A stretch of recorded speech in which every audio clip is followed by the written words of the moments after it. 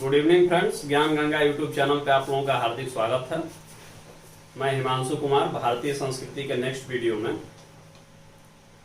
हम लोग प्राचीन स्थापत्य कला के बारे में पढ़ेंगे और उसमें जो मेजर पार्ट होता है जैसे कि स्तूप हो गया, चैत्य हो गया, ठीक ना, विहार है, ये मेजर स्थापत्य कला यही है। फिर इसके बाद मंदिर कला आता है और उस मंदिर कला को चूंकि अलग अलग काल वाइज न पढ़ते हुए हम लोग क्या करेंगे कि एक पूरा वीडियो भारतीय मंदिर कला पे हम बना देंगे, ठीक, जिसमें कि उसके अंतर्गत अब हम लोग राजवंश वाइज काल वाइज बांट देंगे। और ये स्तूप, विहार और चैत्य जो कि एक मेजर पार्ट है प्राचीन भारतीय स्थापत्य का, इसमें विभिन्न परिवर्तन भी आए हैं, निर्माण के तकनीक में परिवर्तन आए हैं, निर्माण के सामग्री में परिवर्तन आए हैं, ठीक ना। कई बार इसका उद्देश्य तो एक ही रहा है लेकिन उसका माइनर अंतर उद्देश्य में भी हुआ है। तो इस आधार पर हम लोग काल वाइज बांटते चले जाएंगे और पढ़ते चले जाएंगे। तो देखिए, सबसे पहले प्राचीन स्थापत्य कला में हम लोग जानेंगे स्तूप के बारे में। स्तूप क्या होते थे और ये क्यों बनाए जाते थे। देखिए, स्तूप की जो संरचना होती थी वो मोटे तौर से ऐसे ही होती थी। तो यहाँ बनाए हैं, फिगर अगर क्लियर हो रहा है तो ठीक है, नहीं तो और अच्छा फिगर आप लोगों को किताब में मिल जाएगा, ये आप लोग देख लीजिएगा गूगल से। मोटे तौर पे जो संरचना होती थी ऐसे ही होती थी और इसका जो भाग होता था क्या होता था, तोरण होता था इसमें, ठीक ना, वेदिका होता था, तोरण होता था, वेदिका होता था, ठीक है, यष्टि होता था, ठीक ना, हर्मिका होता था, छत्र होता था और अंड होता था। यानी पूरा जो स्तूप का संरचना होता था इसमें देखिए क्या होता था, तोरण होता था, वेदिका होता था, अंड होता था, हर्मिका होता था, यष्टि होता था और छत्र होता था। ये तोरण क्या है, इसको टेक्निकल अर्थ है, नाम है, इसको समझ लीजिए। तोरण मीन्स क्या होता था, तोरण मीन्स होता था प्रवेश द्वार।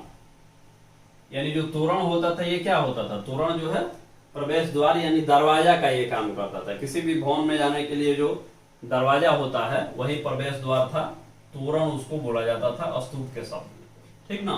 फिर क्या होता था, ये तोरण जो है स्तूप के चारों तरफ होता था, ठीक।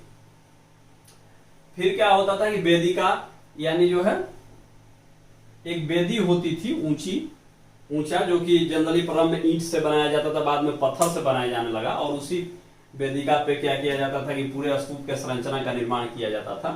तो ये भाग जो है आपका वेदिका हो गया, ठीक ना। इसमें एक और हम छोड़ दिए हैं, यहाँ पर चारों तरफ रेलिंग होता था, ठीक, चारों तरफ रेलिंग का भी निर्माण किया जाता था। जैसे स्तूप का अगर परिक्रमा करना हो, आज भी आप लोग देखे होंगे कि हिंदू धर्म में कई बार कई त्योहारों पे लोग बरगद के का पेड़ हो गया या कई जो है मंदिर होता है या मूर्ति होता है उसके चारों तरफ लोग धार्मिक उद्देश्यों से परिक्रमा करते हैं। तो ये स्तूप में भी ये कॉन्सेप्ट था बौद्ध धर्म में। और इसमें क्या होता था कि ये जो स्तूप के चारों तरफ रेलिंग होता था जिसमें स्तूप के चारों तरफ लोग घूम जाते थे यानी परिक्रमा करते थे।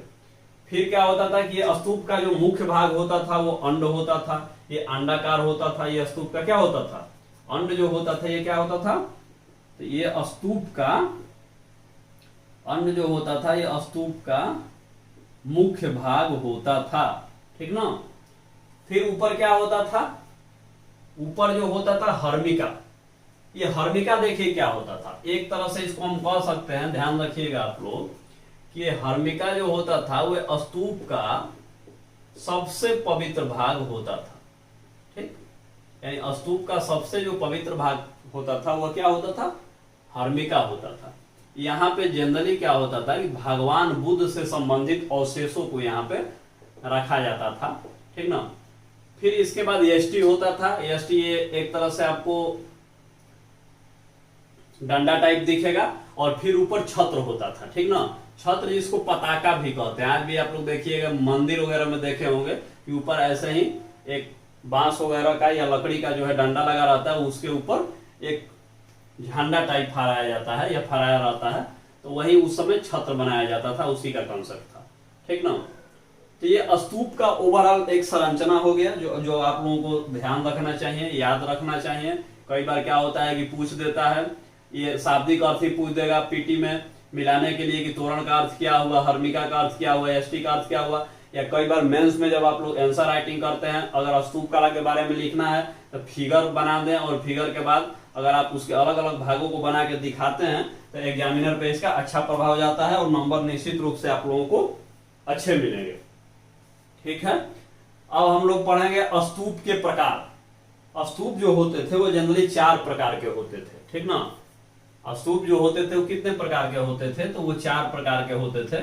पहला हो गया शारीरिक स्तूप, पहला हो गया शारीरिक स्तूप, दूसरा हो गया पारिभोगिक स्तूप, तीसरा हो गया परमार्थक स्तूप, और चौथा हो गया पूजार्थक स्तूप। यानी स्तूप जो टोटल होते थे वो कितने प्रकार के होते थे, ये 4 प्रकार के होते थे। कौन कौन हो गए, तो कौन कौन हो गए, तो शारीरिक स्तूप हो गए, पारिभोगिक स्तूप हो गए, परमार्थक स्तूप हो गए, और पूजार्थक स्तूप हो गए। ठीक, ये स्तूप टोटल 4 प्रकार के हो गए। अब इनका जो प्रकार है, इनके उद्देश्यों के आधार पर देखिए अलग अलग है। शारीरिक स्तूप में क्या होता था कि भगवान बुद्ध के शरीर के अंगों का इसमें उपयोग किया जाता था। जैसे उनके दांत को रख लिया जाता था, ठीक ना, नाखून को रख लिया जाता था, बाल के टुकड़ा को रख लिया जाता था, और इसके ऊपर स्तूप का निर्माण होता था। ठीक, पारिभोगिक स्तूप होता था, यानी बुद्ध के द्वारा जीवन में प्रयोग किए जाने वाले वस्तुओं का निर्माण। यानी भगवान बुद्ध जो अपने जीवन में वस्तुओं का प्रयोग किए, जैसे मान लीजिए कि खड़ाऊ जो कि उस समय स्लीपर के रूप में इसका प्रयोग किया जाता था, चप्पल के रूप में प्रयोग किया जाता था। या कोई और पात्र, मान लीजिए भिक्षा पात्र का प्रयोग जो कि कटोरा के रूप में होता था, उसको रख लिया जाए। माने जो दैनिक डेली दिन प्रतिदिन जो जीवन में उपयोग किया जाता था, उस वस्तु को लेकर स्तूप का निर्माण किया जाए, वो पारिभोगिक स्तूप हो गया। तीसरा हो गया परमार्थक स्तूप, यानी परमार्थ के उद्देश्य से, यानी जो है परोपकार के उद्देश्य से जो स्तूप बनता था वो उसको बोलते थे परमार्थक स्तूप, ठीक ना। और चौथा हो गया पूजार्थक स्तूप, यानी इसका उद्देश्य होता था सिर्फ पूजा के लिए, ठीक ना, यानी पूजा के पर्पज से स्तूप बनाया जाता था, वो हो गया क्या, पूजार्थक स्तूप।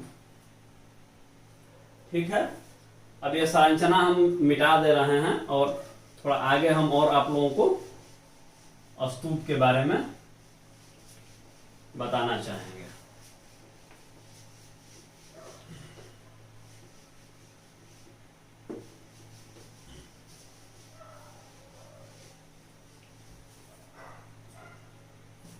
देखिए, स्तूप के बारे में डिटेल हम बताएंगे, इसके बाद चर्चा करते जाएंगे। अभी फिगर वाइज समझा दे रहे हैं सबको पारा पारी, फिर इसके बाद फिर स्तूप के बारे में थोड़ा और डिटेल, चैत्य के बारे में, और फिर बिहार के बारे में थोड़ा कहानी बता देंगे आप लोगों को, ठीक ना। अब देखिए, चैत्य का जो ये कार्ले का चैत्य का संरचना बनाया गया है, तो जो चैत्य का संरचना होता था मोटा मोटी ऐसा ही होता था। ये दोनों तरफ से क्या होते थे, दीवार टाइप रहते थे, फिर इसमें लंबे लंबे खंभे लगे रहते थे, और बीच में ये जाने का जगह होता था, ठीक ना। तो ये कार्ले का चैत्य है, लगभग मोटा मोटी ऐसा ही संरचना है। इसको आप लोग किताब में देख लीजिएगा। राम शरण शर्मा जो प्राचीन भारतीय इतिहास का एनसीईआरटी है, उसमें इसका फोटो बनाया गया है, बहुत सुंदर। ये था बिहार, गुहा बिहार होता था। जनरली इसका प्रयोग क्यों किया जाता था, ऋषि मुनियों को रहने के लिए। तो गुफा की संरचना जनरली देखिए ऐसे होती थी। ये जनरली लोमस ऋषि का गुफा है, मिट गया है, अभी हम लिखे थे ये लोमस ऋषि का गुहा है, ठीक ना।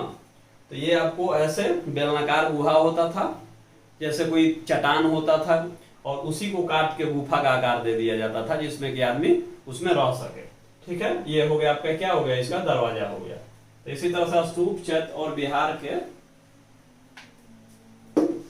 चित्रों के माध्यम से आपको हम समझा दिए। अब थोड़ा बहुत इनके बारे में, इनका क्या कहानी है, हम लोग जानना चाहेंगे। देखिए, सबसे पहले स्तूप। स्तूप का जो है निर्माण क्यों किया जाता था, स्तूप का जो निर्माण होता था, हम क्या बताए थे, स्थापत्य कला में कोई भी संरचना अगर आप पढ़ते हैं तो सबसे पहले उसका उद्देश्य समझिए। कोई भी बिल्डिंग या भवन है या कोई भी संरचना ऐसे ही हवा में तो निर्मित नहीं होती है, कोई ना कोई उसका उद्देश्य जरूर रहता है। क्या जैसे बताए थे, कुतुब मीनार क्यों बना था, कुतुब मीनार का अपना एक उद्देश्य था, अजान करने के लिए, चूंकि भारत में मुसलमान उस समय अपना बेस को, आधार को मजबूत कर रहे थे, ठीक, और नमाज पढ़ने के लिए कोई ऊंची जगह की जरूरत थी जहां वो अल्लाह के समर्पण में अजान दे सके, इसीलिए कुतुब मीनार का निर्माण करवाया गया था। तो हर भवन के पीछे कुछ उद्देश्य होता है। तो यहाँ भी हम लोग पढ़ेंगे कि स्तूप का निर्माण क्यों होता था। तो स्तूप का निर्माण जो होता था वो पूजा के लिए, ठीक ना, पूजा के लिए। जैसे हम लोग हिंदू धर्म में क्या करते हैं, मंदिर का निर्माण पूजा के लिए करते हैं, ठीक है। इस्लाम धर्म में मस्जिद का निर्माण होता है, उसी तरह से स्तूप का निर्माण बौद्ध धर्म में होता था पूजा के लिए, यानी एक धार्मिक स्थल था ये बौद्ध धर्म में, ठीक है। अब इसका इतिहास क्या है कि भारत में स्तूप निर्माण कला का प्रारंभ लगभग कब से माना जाता है, ठीक ना, या कब से स्तूप बनने भारत में चालू किया? हड़प्पा युग में, हड़प्पा सभ्यता में स्तूप बनते थे, वैदिक काल में बनते थे, नहीं बनते थे, ठीक है। ये पता होगा आप लोगों का, स्तूप की जो संरचना है ये बौद्ध धर्म से संबंधित संरचना है, और बौद्ध धर्म की जो उत्पत्ति हुई वही 600 BC में हुई।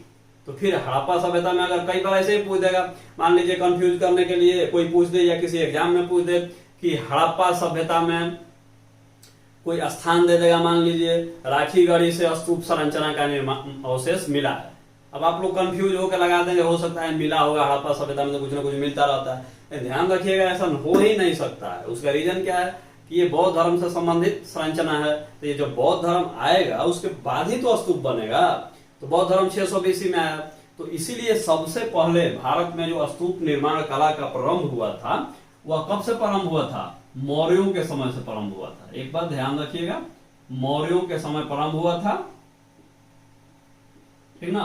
3री शताब्दी ईसा पूर्व से भारतीय उपमहाद्वीप में स्तूप बनने प्रारंभ हो गए, और इसमें भी स्तूप बनाने का, सबसे ज्यादा स्तूप बनाने का श्रेय दिया जाता है मौर्य साम्राज्य का सबसे महान शासक जो था अशोक को, जिसने कि बताया जाता है कि इसने कि 84,000 स्तूप का क्या किया, 84,000 स्तूप का इसने निर्माण करवाया।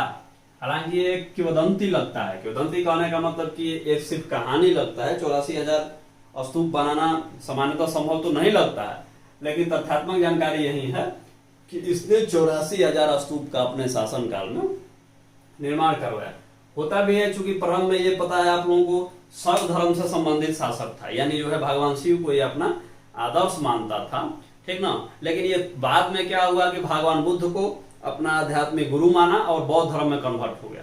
तो आप देखे होंगे कि कई बार क्या होता था कि शासक जब नए धर्म को ग्रहण करते थे तो अति उन्माद से या नयापन के चलते, या कई बार अपने आप को जो है प्रूव करने के लिए कि मैं इस धर्म का सबसे बड़ा पोषक और समर्थक हूं, तो कई बार कार्यों में बहुत ज्यादा तीव्रता रखते थे और रुचि रखते थे। तो इसीलिए इसने उन्माद में हो सकता है या बहुत ज्यादा अपना समर्थन दिखाने के लिए स्तूप बनवाया हो। तो एक तथ्य होता है कि 84,000 स्तूप का निर्माण करवाया था, और एक इसी में तथ्य आता है कि शुंग वंश का एक शासक था, यहीं से जुड़ा होता है पुष्यमित्र शुंग। शुंग वंश का शासक पुष्यमित्र शुंग था, जो कि शुंग वंश का संस्थापक था। इसने क्या किया कि सभी स्तूपों को नष्ट करा दिया। यह भी असंभव लगता है, जिस तरह से 84,000 स्तूपों का निर्माण असंभव लगता है, उसी तरह से पुष्यमित्र शुंग 84,000 स्तूपों का विनाश करवाया हो, यह भी असंभव काम लगता है। ठीक, ये बुद्धिमानी का भी काम नहीं है कि कोई शासक सभी स्तूपों को गिरवाएगा। हाँ, हो सकता है उसको कोई विशेष समस्या हो, या किसी भी धार्मिक दृष्टिकोण से भी उसे बौद्ध धर्म से समस्या हो, बौद्ध धर्म का अगर शत्रु भी हो, जैसा कि कहा जाता है इतिहास में, तब भी कुछ स्तूप को हो सकता है गिरवाया हो। कहीं पूरी स्तूप को गिरवा दिए, गलत लगता है। अब सुनिए, सांची का स्तूप, स्तूप में जो महत्वपूर्ण स्तूप है इसके बारे में हम लोग थोड़ा चर्चा कर लें। सांची का स्तूप, ठीक ना, ये सांची का स्तूप आपको कहां पे स्थित है? ये मध्य प्रदेश। सांची का स्तूप जो है मध्य प्रदेश के सतना जिले में स्थित है, ठीक ना। ये भारत के सबसे प्राचीन स्तूप में आता है, ठीक ना, जिसका जो निर्माण काल था वह 3री शताब्दी ईसा पूर्व था, और इसका निर्माण भी कौन करवाया था? ऐसा माना जाता है कि इसका जो निर्माण है वो अशोक के द्वारा करवाया गया था। सांची के स्तूप का निर्माण किसके द्वारा करवाया गया था? अशोक के द्वारा करवाया गया था, ठीक है। अब इसी स्तूप में क्या किया कि शुंगों ने, यानी पुष्यमित्र शुंग के समय इस स्तूप में कुछ और जो है परिवर्तन किए गए। कई बार ऐसा होता था कि एक स्थापत्य जो संरचना होती थी उसमें विभिन्न शासक अपना योगदान देते थे। जैसे बताए थे कुतुब मीनार के बनाने में टोटल 4 शासक योगदान दिए थे, तो उसी तरह से सांची के स्तूप में शुंग शासक आए, तो इसमें जो है तोरण और रेलिंग, तोरण और रेलिंग का निर्माण इसने शुंगों ने करवाया था। यानी देखिए इसका जो है तोरण हो गया यानी प्रवेश द्वार हो गया, और जो रेलिंग हो गया इसका निर्माण कौन करवाया था? तो शुंगों ने करवाया था। ठीक ना। अब ये सांची का जो स्तूप है, एक चीज और इसकी विशेषता ध्यान रखिए कि ये यूनेस्को के ये विश्व विरासत स्थल में ये शामिल है। यूनेस्को के ये किसमें है? तो विश्व विरासत स्थल में ये शामिल है। कौन स्तूप? सांची का स्तूप। ठीक। एक बात यह है कि इसका जो इसमें भव्य भव्य गेट लगे हैं, जो इसके दरवाजे हैं बहुत विशाल थे, और एक अभी ये किस अवस्था में है? अभी तो ये खंडहर अवस्था में है। हालांकि पूरी तरह से तो गिरा नहीं है, लेकिन ये पूरी तरह से सुरक्षित भी नहीं है और ये खंडहर अवस्था में है अभी। और इसका जो है पूर्वी गेट, शुरुआत में इसका जो पूर्वी गेट जो है वह क्या है? क्षतिग्रस्त हो गया है। पूर्वी गेट जो है क्षतिग्रस्त हो गया है, और इसको भारत में ASI द्वारा संरक्षित किया गया है सांची के स्तूप को। ठीक ना।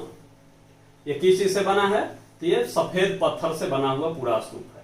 ठीक। शुरू में स्तूप को बनाने में किस चीज का प्रयोग होता था? पत्थर का प्रयोग होता था, ईंट का प्रयोग होता था। यानी निर्माण सामग्री के रूप में क्या हो जाएगा? निर्माण सामग्री के रूप में इसमें हो जाएगा पत्थर, ईंट इत्यादि का प्रयोग होता था। जनरली सांची का जो स्तूप है वो पत्थर से बना हुआ है। एक चीज और देखिए कि इस स्तूप का, इस जो है स्तूप का, जब भारत आजाद हुआ 1947 में, तो उस समय क्या था कि एक प्रचलन हो गया था कि जो भारत में सर्विस करने वाले ब्रिटिश अधिकारी थे, तो भारत के कलाकृतियों को बहुत महत्वपूर्ण समझते थे। और जब 1947 में देश आजाद हुआ और जब उनकी सेवा यहाँ समाप्त हुई और अपने देश लौटने लगे, तो उन लोगों में एक प्रचलन था कि भारत के मूर्तियों को, ठीक ना, अच्छी अच्छी मूर्तियां होती थी, ठीक, या कोई कलाकृति को उठा के जहाज पे ले जाके वहां रखते थे और अपने घरों में, पार्कों में, म्यूजियम में सजावट के रूप में और यादगार के रूप में प्रयोग करते थे। ठीक। और उनको इससे ये लगता था कि इससे क्या होगा कि इसका और संरक्षण होगा। यानी भारतीयों, उनको मानना था उनका कि भारतीय जो है अपने विरासत का संरक्षण स्वयं नहीं कर सकते हैं, तो इसके माध्यम से वहां पे संरक्षण हम अपने यहाँ करेंगे। लेकिन बाद में एक कॉन्सेप्ट आया, ठीक, जो कि वहां के ही ब्रिटेन के ही एक महत्वपूर्ण पुरातत्वविद थे, उन्होंने इसका विरोध किया और उनका कहना था कि कोई भी जो है विरासत का, कोई भी विरासत चाहे वो विश्व के किसी भी भाग में हो, उसका संरक्षण होना चाहिए और उसको लूट के उद्देश्य से, यानी उसको लूटपाट के उद्देश्य से नहीं देखना चाहिए। ठीक ना। और इसी कॉन्सेप्ट के आधार पर क्या हुआ था कि विरासत को संरक्षण करने के लिए यूनेस्को की स्थापना की गई थी। ठीक ना, ताकि वैश्विक विरासत का संरक्षण किया जाए। यानी कोई विरासत वो विश्व के किसी भी भाग में हो, वह न केवल उस प्रांत, उस देश की संपत्ति है, बल्कि वह पूरा जो है विश्व, पूरी मानव सभ्यता की ये जो क्या है वो धरोहर है, और सभी की जिम्मेदारी है कि उसका वो संरक्षण करे, उसका विकास करे। ठीक ना। तो इसीलिए उस समय कॉन्सेप्ट बदला और फिर ये मतलब एक नई धारा आई कि जो है भारत के जितने विरासत हैं उनको यहाँ से उठाकर या उनको तोड़ फोड़ कर या मूर्तियों को चुरा कर जैसे भी हो ले जाने का प्रचलन बंद होना चाहिए। तो इसमें जो है हम कहानी क्यों सुना रहे थे? देखिए कि सांची का जो स्तूप था यहाँ भी समस्या आया था, क्योंकि इसका जो दरवाजा था, इसका जो दरवाजा क्षतिग्रस्त कैसे हुआ है बताइए आप लोग। तो इसका दरवाजा को तोड़ा गया था और तोड़कर जहाज के माध्यम से ब्रिटेन ले जाने का प्लान था, ताकि वहां पे क्या किया जाएगा कि इसको म्यूजियम में रखा जाएगा। ठीक ना। और वहां पे दिखाया जाएगा कि ये सांची का जो स्तूप था, जो कि इतना बढ़िया था, कलाकृति का एक अद्भुत नमूना था, उसको एक उसके स्मृति के रूप में दरवाजा वहां पे ब्रिटेन में रखा जाता। लेकिन फिर विरोध हुआ और फिर वही दरवाजा क्या है कि भारत में ही रह गया। लेकिन ये बिल्डिंग जो है सांची का स्तूप, सॉरी, ये जो संरचना थी वो क्षतिग्रस्त हो गई। ठीक। तो ये सांची के स्तूप का कहानी है। आप लोग जो है आप लोग इसका ध्यान रखिएगा। ठीक है। अब हम लोग पढ़ेंगे किस स्तूप के बारे में? भरहुत स्तूप। हम लोग किस स्तूप के बारे में पढ़ेंगे? भरहुत स्तूप। देखिए जैसे सांची का स्तूप बहुत प्राचीन है, भरहुत का स्तूप भी उतना ही प्राचीन है। और इसका भी जो निर्माण है, इसका भी निर्माण जो है क्या किया गया था, तो अशोक के द्वारा ही इसका निर्माण करवाया गया था। और इसमें भी कुछ सुधार परिवर्तन जो है शुंगों के द्वारा करवाया गया। ठीक, ये भरहुत स्तूप का कहानी है। अब देखिए, अब स्तूप कला में हम आगे बढ़ते हैं। ठीक ना, स्तूप में सांची पढ़ लिए, भरहुत पढ़ लिए। अब हम लोग चलेंगे मौर्योत्तर काल के स्तूपों के बारे में। ये मौर्य काल के स्तूप हुए महत्वपूर्ण और हैं, जैसे कि सारनाथ का स्तूप है जो कि अशोक के द्वारा बनवाया गया था। फिर आपको बोध गया का स्तूप है जो कि अशोक के द्वारा बनवाया गया था। तो सब में लगभग संरचना यही रहेगी जो हम शुरू में स्तूप के संरचना के बारे में बताए थे, कोई ज्यादा अंतर नहीं है। अब जैसे है, मान लीजिए जैसे कि सारनाथ का स्तूप है, तो इसकी एक विशेषता है, आप जैसे इसको याद रख लीजिएगा, कई बार पूछ देता है, तो थोड़ा बहुत तो अंतर आता है लेकिन मेजर वही संरचना होती है। अब जैसे सारनाथ का स्तूप है तो ईंट का बना हुआ है। ठीक ना, ये पूरी तरह से जमीन पे ही बना हुआ है। यानी स्तूप को क्या बताया था कि सबसे पहले एक वेदिका होती थी जो कि ऊपर ईंट या पत्थर का बना होता था, फिर ऊपर संरचना का निर्माण किया जाता था। वहीं सारनाथ का स्तूप जमीन पे ही बना हुआ है, ईंट से निर्मित संरचना है।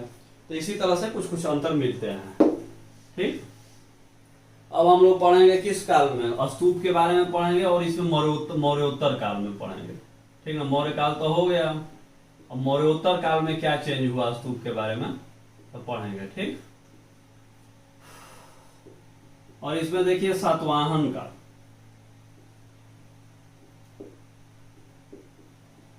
ठीक ना, सातवाहन काल, जैसा कि आप लोगों को पता होगा कि मौर्योत्तर काल में, यानी मौर्यों के पतन के बाद भारतीय उपमहाद्वीप में एक तरह से शून्यता आ गई। यानी कोई भी ऐसी शक्ति नहीं थी जो कि मौर्यों का उत्तराधिकारी बन सके, यानी पूरे भारतीय उपमहाद्वीप पे समान प्रभाव के साथ शासन कर सके।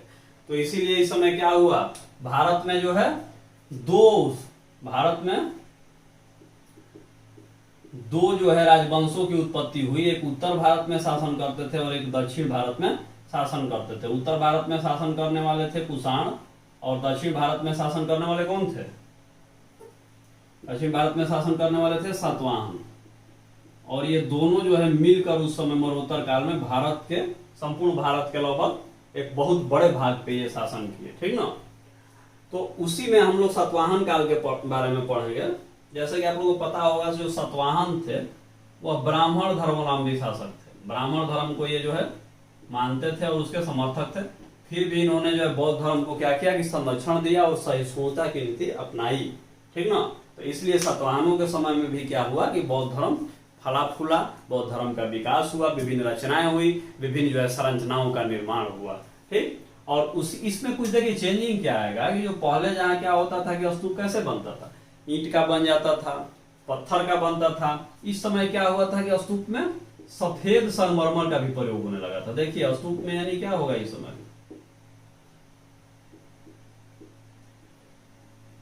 क्या हुआ कि इसमें जो है क्या बताया था कि जैसे जैसे विकास होता जाएगा तो निर्माण सामग्री में परिवर्तन होने लगता है। जैसे आप ही के पास अगर घर बनाना है और पैसा नहीं है तो आप घर कैसे बनाइएगा, लकड़ी, बांस और घास फूस का प्रयोग करके बनाइएगा। पैसा जब आएगा तो क्या करिएगा, पत्थर का प्रयोग करिएगा, ईंट का प्रयोग करिएगा। ठीक ना, और पैसा आएगा तो क्या करिएगा, टाइल्स लगाइएगा, संगमरमर लगाइएगा। है तो पैसे पे ही तो डिपेंड होता है। तो उसी तरह से यहाँ भी जैसे जैसे देखिएगा समृद्धि बढ़ेगी, निर्माण सामग्री में भी परिवर्तन आएगा। आप लोगों को पता होगा ये कौन काल चल रहा है, मौर्योत्तर काल। मौर्योत्तर काल कैसा काल था, राजनीतिक दृष्टि से अशांत काल लेकिन आर्थिक दृष्टि से समृद्ध काल। आप लोगों को पता होगा कि सबसे ज्यादा जो भारतीय उपमहाद्वीप में प्राचीन काल में व्यापार और वाणिज्य का जो विकास हुआ था वो किस काल में हुआ था, तो मौर्योत्तर काल में। यानी पैसे थे। ठीक, तो इसीलिए क्या हुआ कि सातवाहन काल में सफेद संगमरमर का प्रयोग स्तूपों में होने लगा था। ठीक है ना, और स्तूपों में क्या किया जाता था कि शीशा का भी प्रयोग किया जाता था। अब ये ध्यान रखिएगा, सबसे पहले भारत में कौन शासक थे जिन्होंने शीशा का सिक्का चलाया। ये कई बार पीटी में प्रश्न पूछ देता है छोटे एग्जामों में, ठीक ना, या पीसीएस में। तो आप लोग ध्यान रखिएगा, यही है सातवाहन थे, यही सबसे पहले शीशा के भी सिक्के चलाए थे। ठीक है, तो स्तूप में भी शीशा का प्रयोग किया जाता था। ठीक है ना, तो ये परिवर्तन आया, ज्यादा परिवर्तन नहीं आएगा, थोड़ा बहुत परिवर्तन आएगा। ठीक, और इसी में जो है कुछ स्तूप बने जिनका नाम आप लोगों को याद रहना चाहिए, जैसे कि अमरावती में स्तूप बनाया गया। ठीक,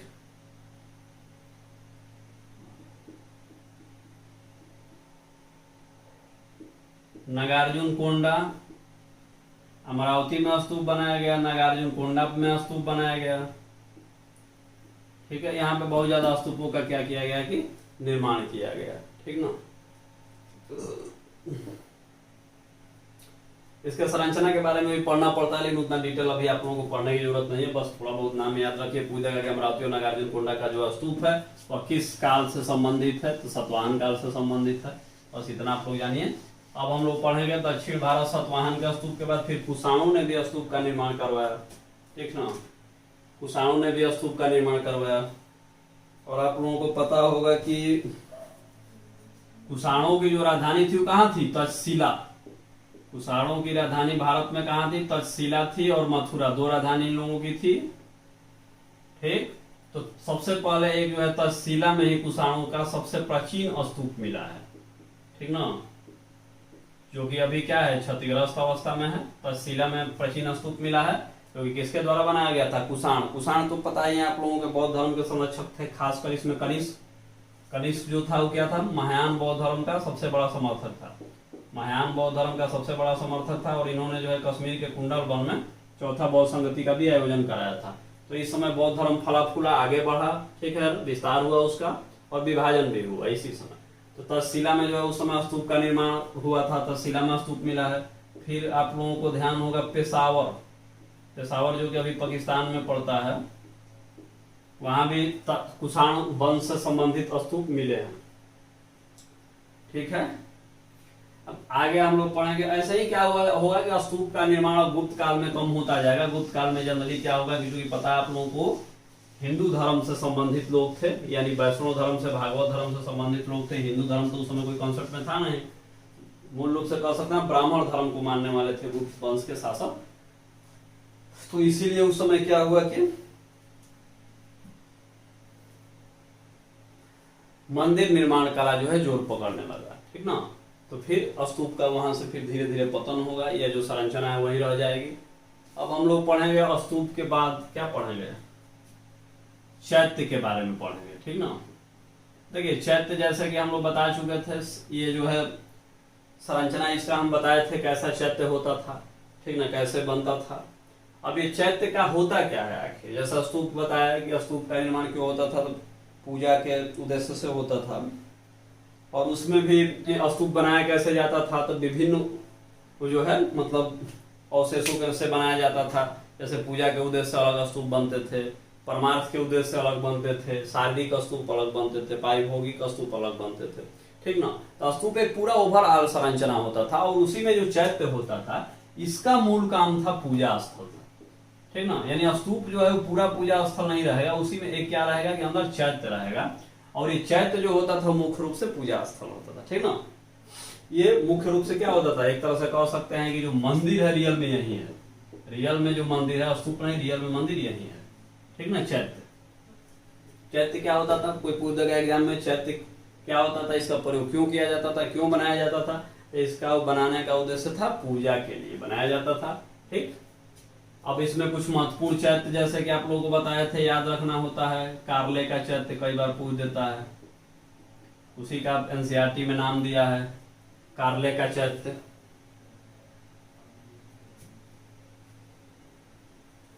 आगे हम लोग क्या पढ़ेंगे, बिहार के बारे में। बिहार का संरचना दिखाई दिए थे बेलनाकार। ये देखिए बिहार जो बनता था ये क्यों बनता था, इसका क्या उद्देश्य होता था, तो ये जनरली आवास स्थल होता था। देखिए जैसे स्तूप क्या होता था बता ही दिए, चैत्य बता ही दिए, उसी तरह से ये बिहार क्या होता था, तो एक आवास स्थल होता था। जनरली क्या होता था कि यह जो है जो भिक्षु होते थे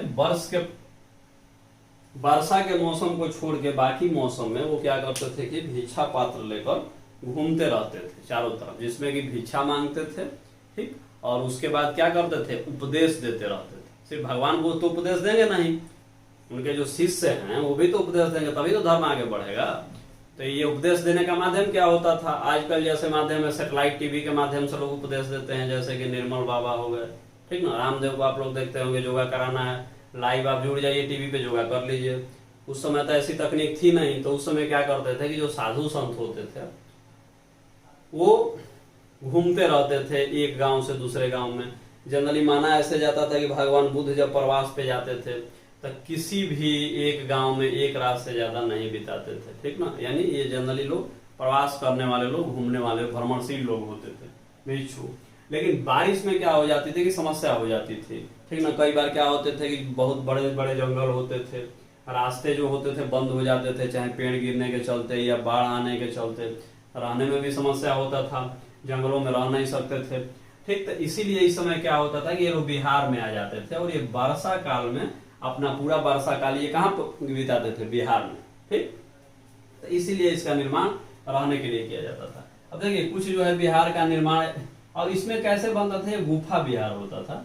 यानी जनरली क्या होता था कि जो चट्टान होती थी उसी का जो है काट कर, उसको जो है छांट कर उसका जो है बिहार का रूप दे दिया जाता था, जो कि दरवाजा बना दिया जाता था, जो कि उसी में रहने लायक हो जाता था।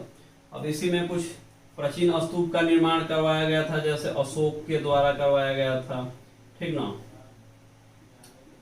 दशरथ जो इसका पौत्र था उसके द्वारा कराया गया था, ठीक। बौद्धों के लिए और आजीविकों के लिए, यानी बौद्ध धर्म के फॉलोअर जो थे उनके लिए और आजीवक धर्म के जो फॉलोअर थे उनके लिए करवाया गया था। इसमें कि आप लोगों को पता होगा लोमस ऋषि का गुफा का निर्माण कराया गया था, ठीक ना। नाम याद रखिएगा। सुदामा गुफा का निर्माण करवाया गया था, ठीक ना। गोपी गुफा का निर्माण करवाया गया था।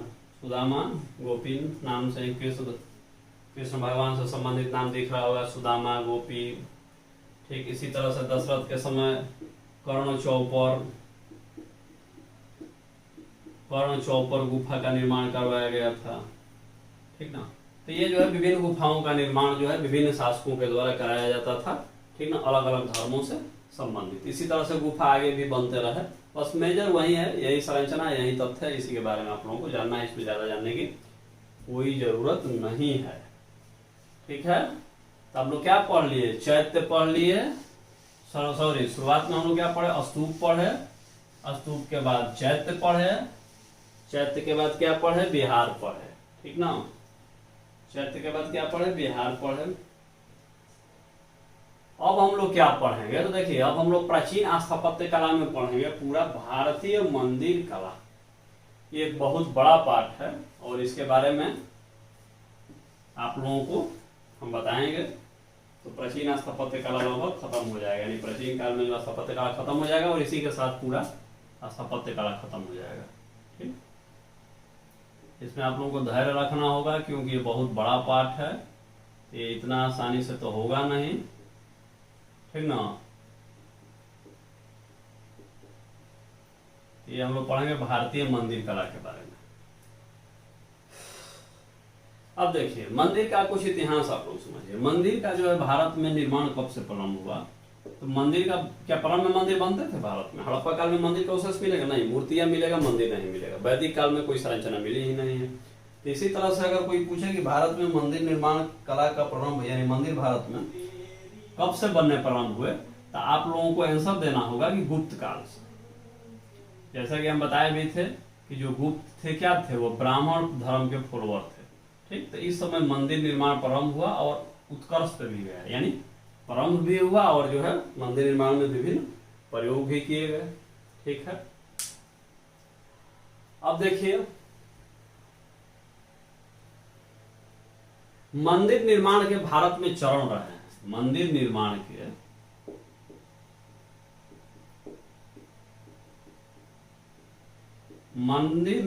के भारत में क्या रहे हैं, चरण रहे हैं। और वो जनरली कितने चरण, तो 5 चरण रहे हैं। यानी भारत में मंदिर निर्माण कला को कितने चरण में, कितने स्टेज में बांटा गया है, तो वह 5 चरणों में बांटा गया है, ठीक। अब आप लोग ध्यान रखिए क्या क्या है, अंतर क्या है इसमें। तो प्रथम स्टेज का हम लोग बात करेंगे।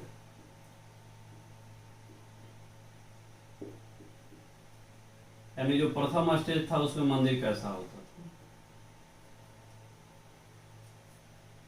प्रथम जो स्टेज था उसमें मंदिर कैसा होता था। देखिए शुरुआत में जो आज मंदिर आप लोग देख रहे होंगे कि मंदिर जिस वर्तमान रूप में आज दिखता है, तो आपको लोगों को लगता होगा कि प्रारंभ में भी मंदिर वैसे ही होते थे। नहीं, इसमें बहुत ज्यादा सुधार हुआ है, बहुत ज्यादा इसमें नवाचार हुआ है, परिवर्तन हुआ है। इसके बाद मंदिर आज जो है वैसे दिखते हैं। हालांकि आज भी ऐसे मंदिर मिल जाएंगे जैसे प्राचीन काल में बनते थे, कहीं कहीं आप गाँव में चले जाइए तो ऐसे मंदिर मिलेंगे। लेकिन जनरली जो आज मंदिर है उनमें बहुत ज्यादा परिवर्तन हुआ है। शुरुआत में जैसे मंदिर बनते थे वैसे, देखिए शुरुआत में जो मंदिर कैसे बनते थे, बहुत जो है सिंपल मंदिर होते थे। क्या होता था इनकी विशेषता? इनकी जो विशेषता होती थी, देखिए छत जो होता था सपाट होता था। आज जो मंदिर होता है उसका छत सपाट होता है? नहीं होता है। कैसा होता है? आप लोग देखे होंगे हनुमान जी का मंदिर आप लोग देखे हैं, कैसा होता है? छत सपाट होता है, हैं? शिखर बना रहता है उस पर, लंबा नुमा शिखर। शिव भगवान का देख लीजिए मंदिर, ऐसे लंबा, ऐसे त्रिभुजाकार शिखर ऊपर बना रहेगा, छत सपाट नहीं मिलेगा, ठीक ना। शुरुआत में जो छत होते थे क्या होते थे? सपाट होते थे।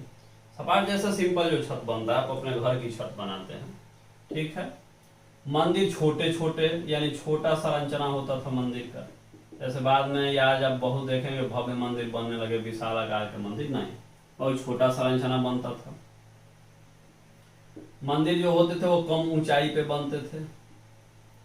देखिए मंदिर चबूतरे पे तो बनते थे, चबूतरे पे, चबूतरा पर मंदिर बनता था, लेकिन उस चबूतरा का जो ऊंचाई होता था वो कम होता था, ठीक ना।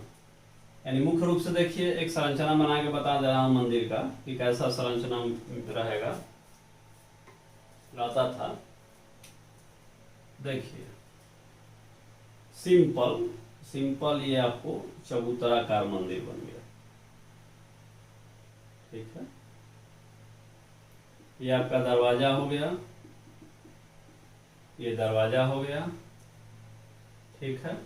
ये आपका क्या हो गया? छत हो गया, ये छत हो गया। देखिए छत सपाट है, मतलब सिंपल जो घर बनता है। इसी में क्या होते थे? इसी में आपके जो है देवता रहते थे, यानी गर्भगृह होता था इसी में। यानी यही क्या हो गया? आपके देवता हो गए। देवता यहाँ बना लीजिए, ये तो सही नहीं लिख रहा है, यहाँ बना लीजिए। ये जो है आपको गर्भगृह होता था और इसी में क्या होते थे? देवता होते थे। अब इसी तरह से क्या हुआ? प्रथम चरण खत्म हुआ। प्रथम चरण के बाद देखिए आपका आया द्वितीय चरण आया।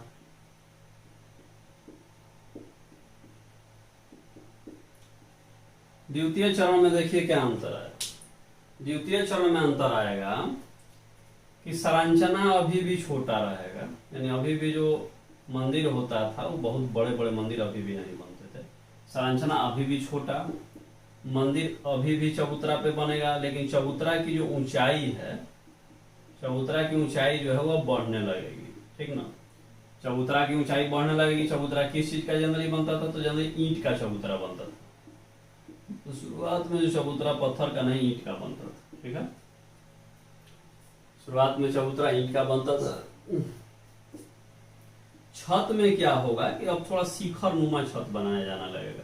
हालांकि अभी भी छत सपाट ही होता था, लेकिन थोड़ा बहुत छत के को जो है क्या किया जाएगा? शिखर का आकार देना प्रारंभ कर दिया जाएगा, ठीक। जैसे देखिए आप लोग, जैसे देखिए ये संरचना बना,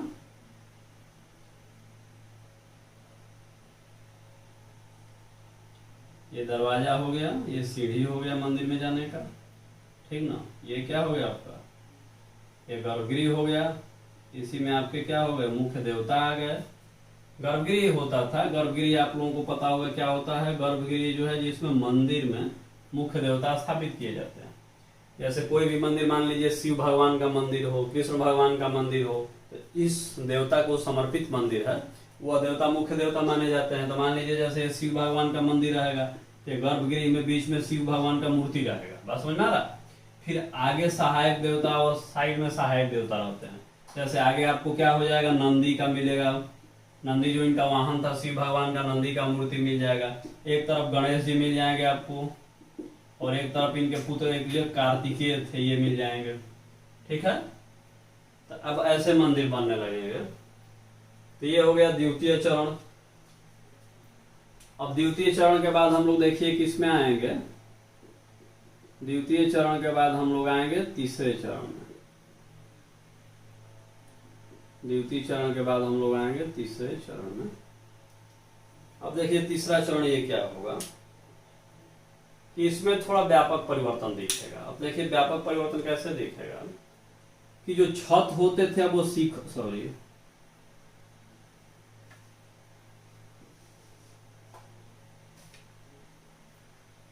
जो छत होगा अब वो देखिए सपाट छत नहीं बनेगा, ठीक ना।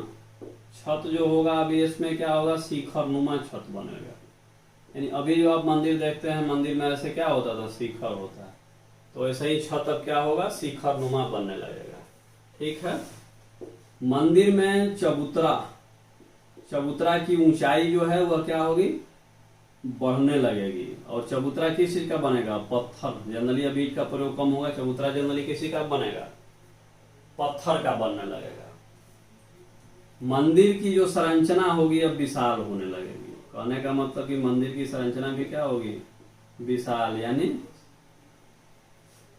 यानी बड़े बड़े मंदिर जो है बनने लगेंगे, ठीक ना, बड़े बड़े मंदिर बनने लगेंगे।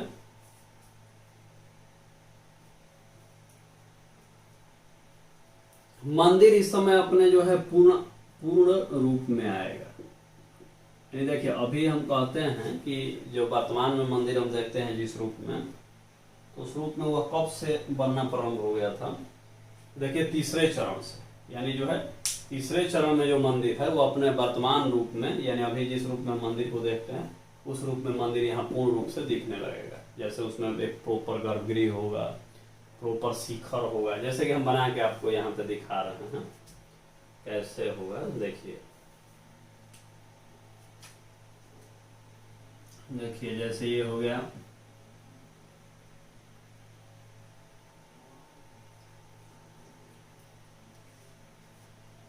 माफ कीजिएगा आप लोग, जैसे देखिए यहाँ बना देना, देखिए ऊपर बना देना सबसे सही रहेगा। ये मान लीजिए कि आपको क्या हो गया, ये आपको चबूतरा हो गया, ठीक ना, चबूतरा हो गया जिसका कुछ हाइट रहेगा। ये आपका क्या हो गया, दरवाजा, और दरवाजा में जाने के लिए ऐसे क्या होगा, सीढ़ी बनाया जाएगा। ये आपको हो गया सीढ़िया, हो गया सीढ़ी बन गया, ठीक है। फिर मंदिर के ऊपर क्या होगा, यहाँ पे मंदिर के चबूतरा के ऊपर अब आपको ये मिलेगा गर्भगृह। ध्यान रखिएगा, ये आपको याद करना पड़ता है, ये गर्भगृह मिलेगा। गर्भगृह में क्या होगा, गर्भगृह में मान लीजिए यहाँ पे आपको मुख्य देवता, मान लीजिए चलिए शंकर भगवान ही बना दे रहा है, ये शंकर भगवान हो गए आपको मुख्य देवता, ठीक। यहाँ पे आपको फिर क्या होगा, एक गाय की आकृति मान लीजिए कोई ऐसे बना दीजिए, ये गाय हो गई, नंदी हो गई। यहाँ पे इधर इधर इधर इधर सहायक देवता, जैसे इधर गणेश जी आ जाएंगे आपको। अगर आप शिव का मंदिर बनाइएगा तो इधर क्या हो जाएगा, कार्तिकेय की मूर्ति हो जाएगी, ठीक ना। फिर क्या होगा कि ये आपको क्या हुआ, प्रवेश द्वार हुआ। तो प्रवेश द्वार पे जनरली देखिएगा गंगा, ठीक है, जमुना, पद्म, शंख की आकृति मिलेगी। यानी प्रवेश द्वार पे गंगा का, जमुना नदी जो है उसका, पद्म, शंख का जो है यहाँ पे आकृतियां बना दी जाएगी दरवाजा पे, ठीक है। जैसा लगेगा कि गंगा जी जो है प्रवेश कर रहे हैं मंदिर में, ये जमुना नदी प्रवेश कर रही है। ये क्या करता था कि उसके सौंदर्य को बढ़ाता था। गुप्त काल में मंदिर ऐसे ही बनते थे।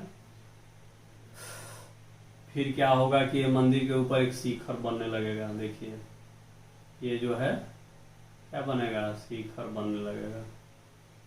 ये आधुनिक मंदिर हो जाएगा आपका। ये क्या हो गया, शिखर। ये शिखर भी कई प्रकार के होते थे जो कि आगे हम बताएंगे आपको। ये ऊपर अब क्या होगा, शिखर बनने लगेगा। शिखर के ऊपर क्या हो जाएगा, ये पताका हो जाएगा, जिसको पताका झंडा आजकल बोलते हैं हम लोग। तो ये जो है ऐसे मंदिर का जो पूर्ण संरचना था। फिर मंदिर के चारों तरफ जो है आपको ये रेलिंग भी बनेंगे, जो कि स्तूप में पढ़ाए थे, दीवार बना दिए जाते थे। जो कि मंदिर के चारों तरफ घूमने के लिए प्रयोग किया जाता था। ठीक है ना। तो ये आपको तीसरा चरण हो गया, जिसमें कि मंदिर अपने जो है किस रूप में है, तो पूर्ण रूप में आ जाएगा, पूर्ण रूप में आ जाएगा। अब देखिए यहाँ पे आ गया आपका, यहाँ पे आ गया आपका चौथा चरण, ठीक ना, चौथा चरण।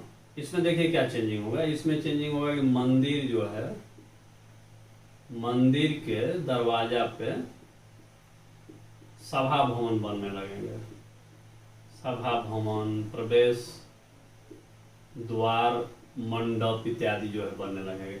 यानी जो मंदिर, जैसे देखिए मंदिर हो गया, ये मंदिर हो गया, मंदिर का जो ये दरवाजा हो गया, तो यहीं पे क्या होगा कि यहाँ पे देखिए ऐसे स्तंभानुमा, यानी स्तंभ पे टिका हुआ जो है सपाट छत बनेंगे, जो कि मंडप बोले जाते थे। ये मंडप होते क्या थे, तो एक सभा भवन, यानी लोगों के जैसे प्रवेश कर रहा है व्यक्ति तो पहले यहाँ इकट्ठा होगा, फिर इकट्ठा होकर लाइन लगा के ऐसे रो बना के मंदिर में पारी जाएगा, तो उसका काम करता था। या कई बार सभा भवन कोई सार्वजनिक काम होता था मंदिर से संबंधित, मान लीजिए भक्तगण जो है जाकर प्रसाद वितरण कर रहे हैं, ठीक ना, उसका काम करता था, प्रसाद वितरण का काम करता था, ठीक। या भक्तगण प्रसाद वितरण कर रहे हैं, या मान लीजिए कोई नृत्य वगैरह का प्रोग्राम हो रहा हो, भोजन वगैरह का प्रोग्राम हो रहा हो, कोई संगीत का प्रोग्राम हो रहा हो, तो ये सभा भवन में ये प्रोग्राम होता था, ठीक ना। इसी में कई चीज जुड़ जाएगा बाद में आपको जाके सभा भवन से संबंधित। चौथा चरण के बाद देखिए आपको आ जाएगा अंतिम चरण जो होगा, वो हो जाएगा पंचम चरण, और ये मंदिर जो है एकदम आधुनिक मंदिर की जैसा दिखेगा। यानी टोटल यही संरचना रहेगा, टोटल यही संरचना रहेगा। अब इसमें क्या किया जाता था कि मंदिर के अंदर भी विभाजन होता था, ठीक ना, मंदिर के अंदर भी क्या हो जाता था, इसमें मंदिर के अंदर भी इसमें आपको विभाजन दिखेगा, ठीक। तो ये जो है मतलब कई दीवार बना दिए जाते थे, रथनुमा विभाजन हो जाता था, ठीक ना, कई रथ बना दिए जाते थे, और इससे क्या होता था कि इसमें विभाजन होता था, ठीक। तो अब मंदिर के जो है आपको पांचों चरण के बारे में बता दिए कि मंदिर निर्माण कैसे हुआ, और इसका जो चरण वाइज मंदिर निर्माण भारत में कैसे हुआ। क्योंकि जनरली आप लोगों को बहुत कम लोग बताएंगे तो समझाएंगे नहीं, हम समझाते हुए, संरचना बताते हुए विकास कैसे हुआ टोटल बता दिए। आप लोग इसको याद रखिएगा, रिवीजन कीजिएगा, जो आप लोगों को एग्जाम में काम देगा। अब देखिए कुछ प्रारंभिक मंदिरों की बात करते थे। जैसे गुप्त काल में कुछ मंदिर बने, कई बार क्या होता है कि उसकी विशेषता या तथ्यात्मक जानकारी पूछ देता है। जैसे देखिए सिरपुर का, इसको बस तथ्यात्मक जानकारी है, बताने की जरूरत नहीं है और ना समझाने का, बस लिख दे रहे हैं। जैसे सिरपुर का लक्ष्मण मंदिर पूछेगा, लक्ष्मण मंदिर कहाँ है, सिरपुर में, ठीक ना। भीतर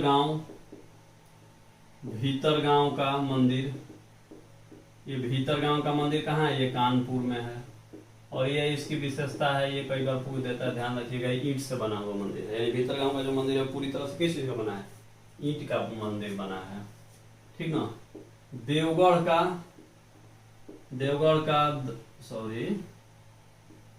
का दशावतार मंदिर, देवगढ़ का क्या तो दशावतार मंदिर, ये देवगढ़ कहाँ है, झांसी में है, इस बात को आप लोग याद रखिएगा। सिरपुर का लक्ष्मण मंदिर, देवघर का दशावतार मंदिर, भीतर गांव का मंदिर जो कि कानपुर में ईंट से बना है। इसी तरह से एक नचना कुठार जगह है, नचना कुठार, ये सब गुप्त काल से संबंधित मंदिर है।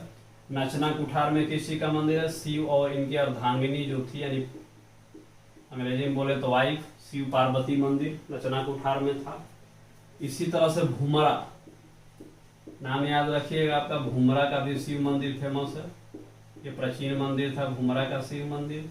इसी तरह से आपको याद रखना होगा नागदा का शिव मंदिर। यानी मंदिर निर्माण में ये तथ्य पूछ देता है, मिलाने के लिए दे देगा आपको, कौन मंदिर कहाँ था, ये पूछ देगा ये मंदिर किस काल से संबंधित था। कुछ इस हर मंदिर की अपनी अपनी विशेषताएं भी है, जैसे बताया भीतर गांव का मंदिर पूरी तरह से ईंटों का बना हुआ है। देवगढ़ के दशावतार मंदिर का भी निर्माण है, शिखर का इसका विशेषता होता है, ठीक ना। तो ये हो गया प्रारंभिक मंदिर उसके बारे में हम बता दिए।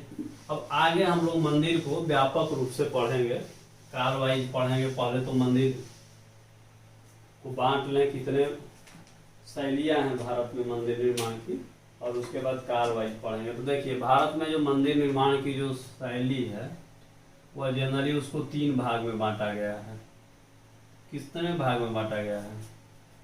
जनरली उसको 3 भाग में बांटा गया है।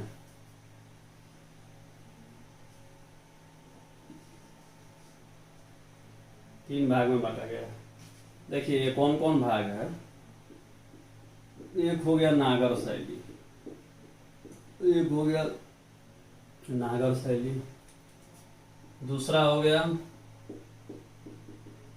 बेसर शैली, यानी नागर शैली हो गया, बेसर शैली हो गया, और लास्ट में जो है आपका बचा कौन? द्रविड़ शैली।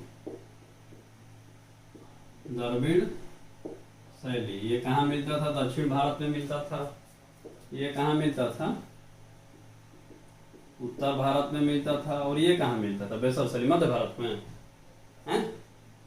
नहीं, ध्यान रखिएगा, ऐसा नहीं है। नागर शैली जो है उत्तर भारत में मिलता था, द्रविड़ शैली दक्षिण भारत में मिलता था। तो इसका मतलब ये नहीं कि बेसर शैली मध्य भारत में मिलता था। मध्य भारत में भी नागर शैली ही बनता था। जनरली मध्य भारत में खजुराहो के जो मंदिर थे, ठीक ना, मालवा के प्लेटू पे जो मंदिर बने थे वो सब नागर शैली के मंदिर थे, ठीक है। बेसर शैली जो है ये भी दक्षिण भारत का ही मंदिर था। जनरली जो है इसका भी निर्माण जो है दक्षिण भारत या पश्चिम भारत में इसका निर्माण किया जाता था। ध्यान रखिए, दक्षिण भारत में, पश्चिम भारत में इसका निर्माण किया जाता था। अब देखिए नागर शैली के तहत हम किस किस मंदिर को पढ़ेंगे या किस किस शैली के बारे में पढ़ेंगे, नाम लिख लीजिए। सबसे पहले हम लोग पढ़ेंगे उड़िया शैली के बारे में पढ़ना होगा हमको। उड़िया शैली के बारे में पढ़ना होगा। फिर हम लोग खजुराहो शैली के बारे में पढ़ेंगे। यही मालवा शैली है, खजुराहो शैली के बारे में पढ़ेंगे। फिर राजस्थानी और गुजराती शैली को एक ही बार देख लेंगे। राजस्थानी गुजराती शैली को एक ही बार देखें। फिर आपको कश्मीर शैली, जो कि पूरा नॉर्थ इंडिया मान लीजिए, भारत का सिर मुकुट है कश्मीर, इसके चलते विवाद चलता है पीओके को लेकर। तो ये आपको क्या हो गया, इतना शैली यहाँ हम लोग पढ़ेंगे। अब देखिए द्रविड़ शैली के बारे में क्या हम लोग क्या पढ़ेंगे। द्रविड़ शैली में हम लोग पढ़ेंगे पल्लव शैली के बारे में, ठीक ना। द्रविड़ शैली में हम लोग क्या पढ़ेंगे? पल्लव शैली के बारे में पढ़ेंगे। द्रविड़ शैली में हम लोग क्या पढ़ेंगे? चोल शैली के बारे में पढ़ेंगे। पल्लव जी हो गए, चोल जी हो गए, और क्या पढ़ेंगे? मदुरा शैली पढ़िएगा, नायक शैली पढ़िएगा, ये ना पढ़िएगा। विजयनगर पढ़ना है। देखिए पल्लव शैली, चोल शैली, मदुरा, नायक, विजयनगर, उसमें भी मुख्य रूप से हम लोगों को पढ़ना है पल्लव शैली और चोल शैली के बारे में। अब आइए बेसर शैली। बेसर शैली के बारे में हम लोग क्या पढ़ेंगे? चालुक्य शैली के बारे में पढ़ेंगे। देखिए आप लोग को दिमाग में आ रहा होगा बेसर क्या है। चालुक्य शैली यहाँ पढ़ा जाता है। राष्ट्रकूट शैली पढ़ेंगे हम लोग, चालुक्य शैली पढ़ेंगे, राष्ट्रकूट शैली पढ़ेंगे। फिर हम लोग काकतीय का नाम सुने होंगे, वारंगल में ये शासन करते थे। वारंगल कहाँ है? अभी तेलंगाना में है, ठीक ना। तो ये काकतीय शैली के बारे में यहाँ हम लोग पढ़ेंगे, ठीक। फिर होयसल का नाम सुने होंगे, ये कहाँ शासन करते थे? द्वार समुद्र इनकी क्या थी? राजधानी थी, इसलिए इतिहास में प्रसिद्ध है द्वार समुद्र के होयसल के नाम से, ठीक। तो हम लोग पारा पारी देखते जाएंगे लगातार। आज समझ में आ रहा है? मिटा दे रहे हैं इन सबको, तभी पढ़ पाएंगे, नहीं तो कुछ नहीं कर पाएंगे, ठीक। तो हम लोग सबसे पहले पढ़ेंगे नागर शैली।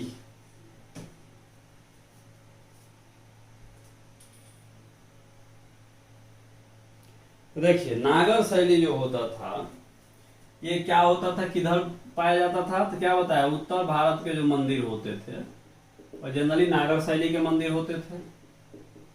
नागर शैली के मंदिर होते थे। इस शैली की अपनी कुछ विशेषताएं थी, ठीक ना। छोटा मोटा विशेषताएं 2-3 जान लीजिए, काफी होगा। नागर शैली की जो विशेषताएं थी कि इनमें जो है शिखर का निर्माण अनिवार्य रूप से होता था, शिखर निर्माण अनिवार्य रूप से होता था। ठीक है, अब ये जो शिखर भी होता था, ये जो शिखर भी होता था वो 3 प्रकार का होता था। देखिए, एक रेखीय शिखर होता था, शिखर भी जो है क्या होता था, 3 तरह का शिखर होता था। रेखीय शिखर, रेखीय शिखर कैसे बनता है, देखिए ये शिखर क्या है, रेखीय शिखर है, रेखीय शिखर होता था। ठीक ना, फिर आरेखीय शिखर होता था, आरेखीय शिखर होता था। एक और विशेषता इसका शिखर तो रहेगा, इसमें एक और विशेषता है कि जो नागर शैली के मंदिर होते थे उनमें जनरली तालाब नहीं होता था। देखिए, तालाब या झील का निर्माण नहीं होता था, नहीं होता था। कहीं अपवाद मिल जाए अलग बात है, अपवाद है भी इसका बताएंगे हम। कहीं जनरली जो नागर शैली के मंदिर होते थे उसके मंदिर के प्रांगण में तालाब या झील नहीं होता था। ठीक ना, यहीं जब आप द्रविड़ शैली में जाइएगा तो उसकी विशेषता हो जाएगी, वहां पे तालाब जरूर मिलेगा। द्रविड़ शैली का जितना मंदिर है, मंदिर के साथ तालाब मिल जाता था जहाँ स्नान करके पूजा किया जाता था। ठीक, यानी यहाँ पे तालाब या झील नहीं मिलता है। अब दरवाजा, दरवाजा का सॉरी क्या बोलते हैं उसको, एक तरह से चारों तरफ रेलिंग कह सकते हैं, चारों तरफ मतलब घेराबंदी कहिए, रेलिंग कहिए, जो कहिए, बाउंड्री कहिए, बाउंड्री अंग्रेजी में बाउंड्री बोलिए।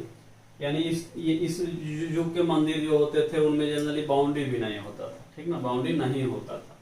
यही साउथ के मंदिर में जाइएगा तो वहाँ अनिवार्य रूप से पहले बाउंड्री मिलेगा, इसके बाद जो है मंदिर मिलेगा। ठीक है, तो ये जो है नागर शैली की कुछ सामान्य विशेषताएं हैं। फिर अब हम लोग अलग अलग पढ़ें। ठीक ना, नागर शैली में सबसे पहले हम लोग पढ़ेंगे, क्या बताए थे आपको, उड़िया शैली के बारे में।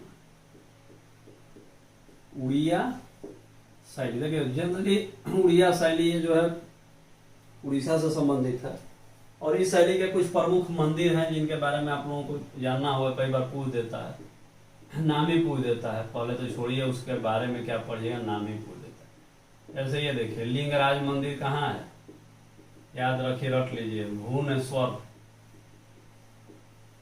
लिंगराज मंदिर कहाँ है, भुवनेश्वर में। जगन्नाथ मंदिर कहाँ है, जगन्नाथ मंदिर कहाँ है, पुरी। जगन्नाथ मंदिर कहाँ है, पुरी में। सूर्य मंदिर कहाँ है, हैं? सूर्य मंदिर कहाँ है, कोणार्क।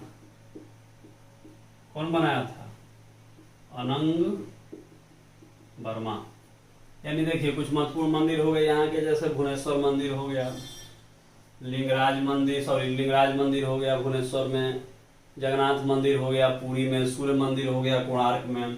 कुछ अलग अलग विशेषताएं बता दे रहे हैं, जैसे कि देखिए जनरली जो इस मंदिर होते कैसे थे इधर इसके, ये देखिए,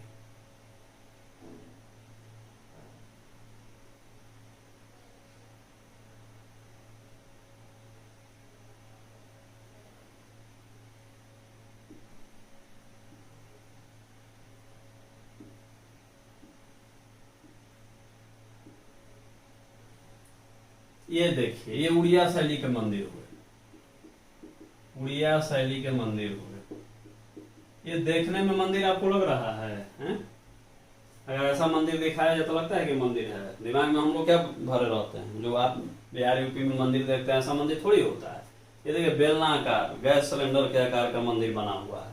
ठीक ना, लेकिन जनरली देखिए कि इसी आकार के मंदिर उड़िया शैली में बनते थे। और जैसे पुरी का जो जगन्नाथ मंदिर है, पुरी का आप लोग जगन्नाथ मंदिर देखे होंगे, सेम ऐसे ही है। ठीक, ऐसे ही होते थे।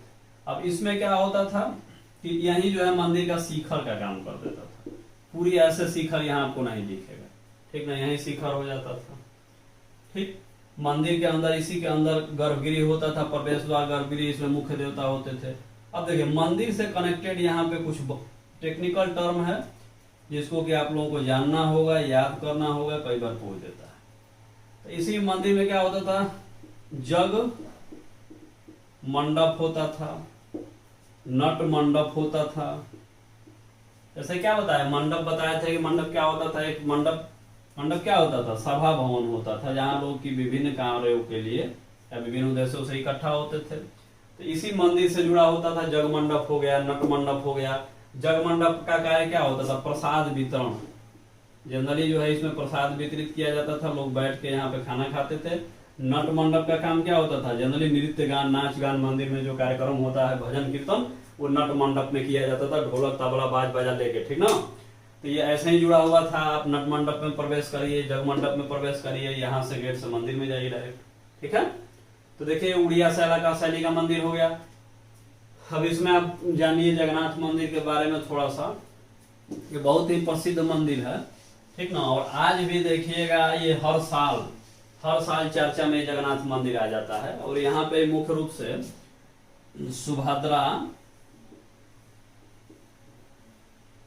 सुभद्रा, ठीक, कृष्ण, बलराम, आज भी इनका क्या होता है, रथ यात्रा निकलता है। आप लोग देखे होंगे कि जो ये तीन देवता होते हैं, कृष्ण हो गए, इनके बड़े भाई बलराम हो गए और सुभद्रा, ये तीनों को क्या किया जाता था कि रथ पे बैठा के इनकी झांकियां निकाली जाती है। ये किस मंदिर से संबंधित है, जगन्नाथ मंदिर से। ये कहाँ है, पुरी में, ध्यान रखिएगा, ठीक ना।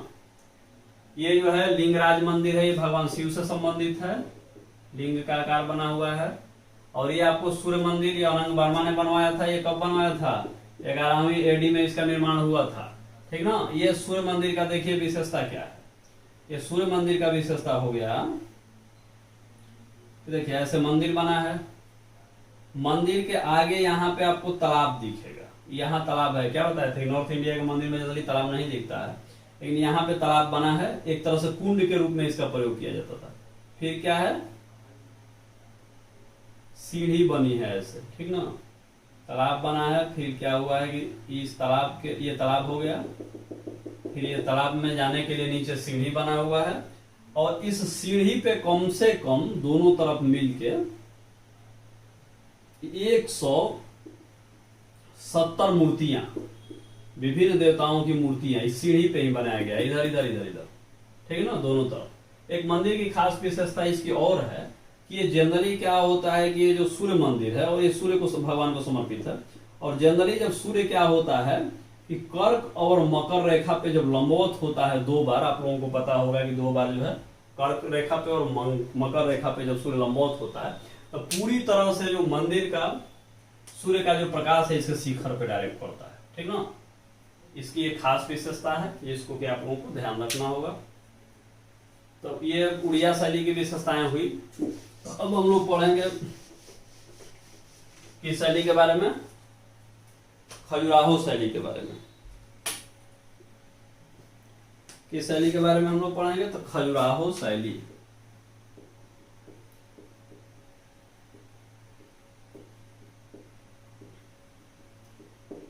देखिए खजुराहो ये जनरली मालवा प्लेटू से संबंधित है, मध्य प्रदेश, ठीक ना। यहाँ के कुछ प्रमुख मंदिर थे जैसे कि विश्वनाथ मंदिर, आप लोगों को पता होगा। एक यहाँ पे विश्वनाथ मंदिर है, काशी विश्वनाथ मंदिर है, एक यहाँ भी क्या है, विश्वनाथ मंदिर है।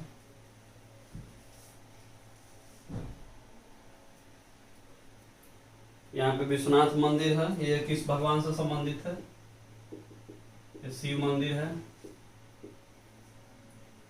फिर एक कंदारिया का महादेव मंदिर है, यानी भी शिव धर्म से संबंधित है। इसी तरह से यहाँ पे एक लक्ष्मण मंदिर है, एक जो है लक्ष्मण मंदिर है यहाँ पे, ठीक है। अब देखिए इसकी विशेषताएं क्या थी खजुराहो शैली की। जनरली यहाँ पे कामोत्तेजक, ये सबसे बड़ी विशेषता है और ये बहुत आसान है, सब लोग जानते हैं। कामोत्तेजक शैली की मूर्तियां यहाँ पे बनी हुई है, ठीक ना, यानी जो नग्न मूर्तियों को यहाँ पे बनाया गया है, ठीक ना। कामोत्तेजक शैली जनरली ये वसायन के काम सूत्र से प्रेरित मूर्तियां हैं, वसायन के काम सूत्र से प्रेरित जो है मूर्तियां हैं, ठीक ना। जनरली मंदिर को बनाने में यहाँ पे किसी का पत्थर का प्रयोग किया गया है, ईंट का प्रयोग नहीं हुआ है। पत्थर का प्रयोग पता है कि पत्थर वाला एरिया है, पठार है, मालवा प्लेटू, तो किसी का प्रयोग होगा, पत्थर का प्रयोग होगा। ईंट बनाने में पत्थर का जनरली ये अधिकांश जो मंदिर है, ये मूर्तियां हैं, वो हिंदू धर्म से संबंधित मूर्तियां हैं, ठीक ना, हिंदू धर्म से संबंधित मूर्तियां हैं। यहाँ पे मूर्ति मंदिर कैसे बने हैं, शिखर नुमा मंदिर बनेंगे। यहाँ भी आपको ऐसे मंडप मिलेगा, सेम वही विशेषता, उसमें कोई ज्यादा अंतर नहीं रहेगा। आगे बढ़िए, आगे हम लोग पढ़ेंगे किस शैली के बारे में, राजस्थान और थोड़ा बहुत गुजरात शैली, राजस्थान और गुजरात शैली। देखिए इसकी क्या विशेषता होगी कि जनरली यहाँ मंदिर में बनाने में पत्थर का प्रयोग किया जाता था और सफेद संगमरमर, पता है क्या स्थानीय उपलब्धि थी संगमरमर की, मकराना में संगमरमर मिलता था, तो इसीलिए पत्थर और सफेद संगमरमर का प्रयोग किया जाता था। मकराना में संगमरमर मिल जाता था, स्थानीय उपलब्धि, ठीक है ना। तो राजस्थान गुजरात शैली में सफेद संगमरमर का प्रयोग किया जाता था। अब देखिए यहाँ भी क्या होते थे कि मंदिर में जो है शिखर होते थे, यहाँ भी मंदिर में क्या होते थे, शिखर होते थे, लेकिन शिखर के साथ उरु श्रृंग रहेंगे। एक नया शब्द देखिए, उरु श्रृंग क्या होता था। तो जैसे क्या होगा कि देखिए मान लीजिए मंदिर हो गया, ठीक ना, तो ये मंदिर का मेन शिखर हो गया, फिर इसी से जुड़े हुए छोटे छोटे शिखर बने रहेंगे, ये देखिए ऐसे, ठीक ना, कई शिखर बने रहेंगे। जैसे कैसे मुगल काल में पहले सल्तनत काल में गुम्बद एक बनता था, बाद में 2 गुम्बद बनने लगा, बाद में 4 गुम्बद बनने लगा, तो उसी तरह से यहाँ भी है कि पहले एक शिखर बनने लगा, बाद में ज्यादा शिखर बनने लगे, तो उसी को उरु श्रृंग कहा जाता था, ठीक ना। तो इसकी जो है ये विशेषता है, ठीक है। इसी में एक जैसे माउंट आबू का दिलवाड़ा का जैन मंदिर है, इसी में एक जो है देखिए गुजरात का फेमस जो है सूर्य मंदिर है, गुजरात का फेमस सूर्य मंदिर है मोढेरा मंदिर। इसकी भी विशेषता है, जनरली क्या बताएं कि जनरली उत्तर भारत के मंदिर में तालाब नहीं मिलते हैं, लेकिन जो मोढेरा का मंदिर है इसमें जो है तालाब पाए जाते हैं, ठीक ना। ये हो गया राजस्थान और गुजरात शैली के मंदिर। अब हो गया आपको कश्मीर,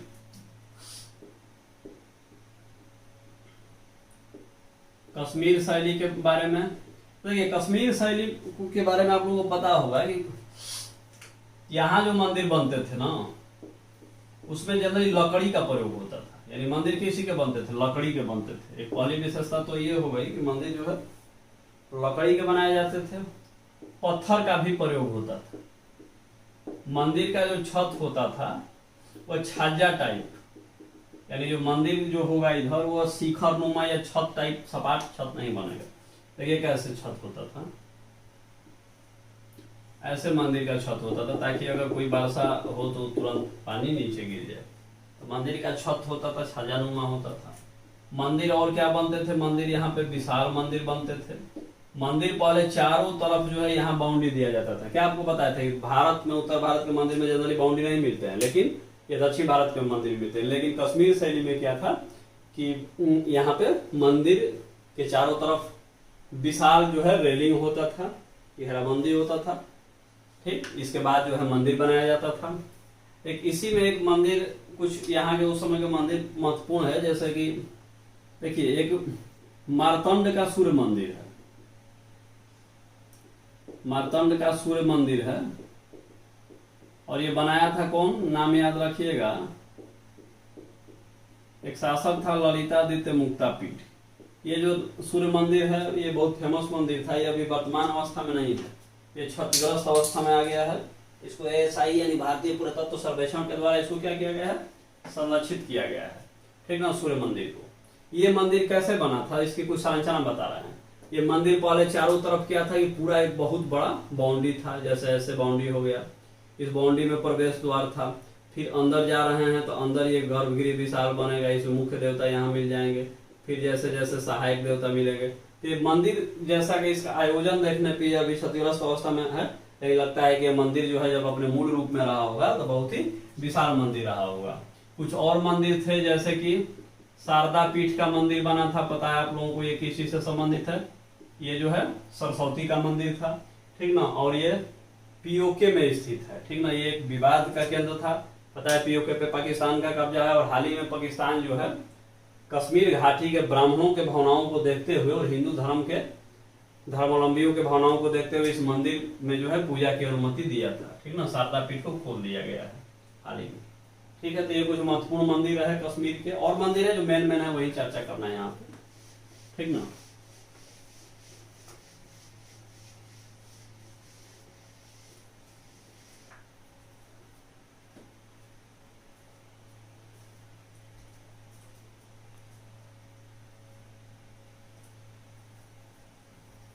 अब देखिए, अब हम लोग क्या पढ़ेंगे, तो अब हम लोग पढ़ेंगे द्रविड़ शैली के बारे में।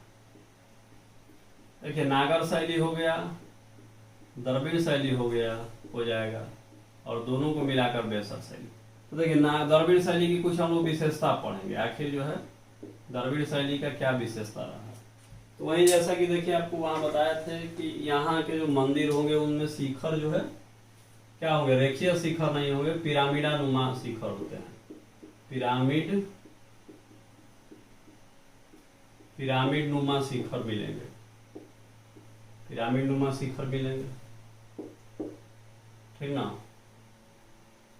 मंदिर में क्या होगा, तालाब अनिवार्य रूप से पाए जाएंगे, तालाब पाए जाएंगे अनिवार्य रूप से। मंदिर के चारों तरफ क्या होगा, मंदिर के चारों तरफ रेलिंग होगा, उसके बीच में मंदिर होगा, ठीक ना। यहाँ पे क्या होगा, विमान, यानी यहाँ शिखर नहीं मिलेंगे, यहाँ क्या मिलेंगे, विमान। यहाँ शिखर को ही विमान कहा जाता है। पूछ देगा ये विमान क्या होता है, तो जहाज में समझिएगा, एरोप्लेन में समझिएगा, विमान शिखर को ही बोला जाता है। फिर यहाँ क्या मिलेंगे आपको, गोपुरम मिलेंगे। कुछ टेक्निकल शब्द है, आप लोग परिचित हो जाइए। प्रवेश द्वार का नाम वहाँ गोपुरम हो जाता था, चीज वही रहेगा, नाम बदल जाएगा। मेरा नाम हिमांशु है, मेरा नाम छोटू भी है, तो उसी तरह से इसका कई नाम हो जाएगा। तो एक सामान्य विशेषता हो गया, पिरामिड नुमा शिखर हो गया, तालाब पाए जाएंगे, चारों तरफ रेलिंग मिलेंगे, विमान मिलेगा, शिखर मिलेगा, गोपुरम प्रवेश द्वार मिलेगा, ठीक ना। ये देखिए पिरामिडानुमा इसमें शिखर कैसे बनते थे, तो देखिए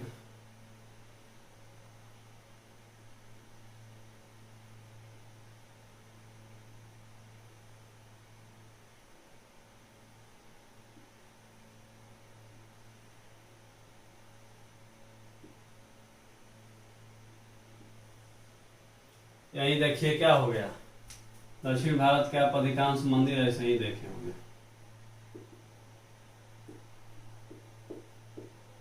पिरामिड नुमा शिखर, पिरामिड नुमा शिखर। जैसे अभी आप लोगों को पता होगा मदुरई में मीनाक्षी मंदिर है, मीनाक्षी मंदिर ये कहाँ है, मदुरई में। पूछ देता है कई बार एग्जाम, वनडे एग्जाम में, कहाँ है। देखिएगा उसका सिंपल जो पिरामिड है यही दिखेगा, ऐसे ही दिखेगा। और इसमें भी, इसमें देखिएगा तो छोटा छोटा यहाँ पे देवता बने हुए हैं, मूर्ति बना हुआ है, ठीक। फिर नीचे ये मंदिर है पूरा, और इधर ये भव्य प्रवेश द्वार है, ठीक ना। तो ये द्रविड़ शैली की क्या हो गई, विशेषताएं हो गई। अब हम लोग आगे पढ़ेंगे इसके बारे में कि देखिए इसमें द्रविड़ शैली का जो विकास माना जाता है वो पल्लव वंश से माना जाता है। जनरली पता होगा आप लोगों को, पल्लव जो है दक्षिण भारत में एक बहुत लंबे काल तक वहां पे शासन किए, और द्रविड़ शैली को विकसित करने का जो श्रेय है उन्हें ही है, और बाद में चोल कला में अपने उत्तम शीर्ष को प्राप्त की, ठीक ना। तो पल्लव शैली में भी 4 प्रकार का शैली होता है। एक है जो कि शासकों के आधार पर बटा है, एक है आपको महेंद्र वर्मन शैली मिलेगा, महेंद्र वर्मन शैली मिलेगा। फिर आगे आप आइएगा तो नरसिंह वर्मन मामल शैली मिलेगा, कौन, मामल शैली। फिर इसके बाद आपको क्या मिलेगा, महेंद्र वर्मन शैली, नरसिंह वर्मन शैली, ठीक ना।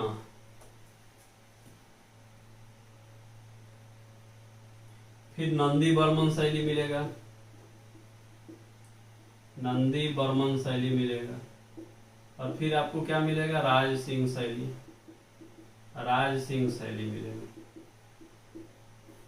तो देखिए सबसे पहले महेंद्र वर्मन शैली, तो महेंद्र वर्मन जो प्रथम था वो पल्लव वंश का एक महत्वपूर्ण शासक था, संस्थापक तो नहीं था लेकिन पहला महत्वपूर्ण शासक था।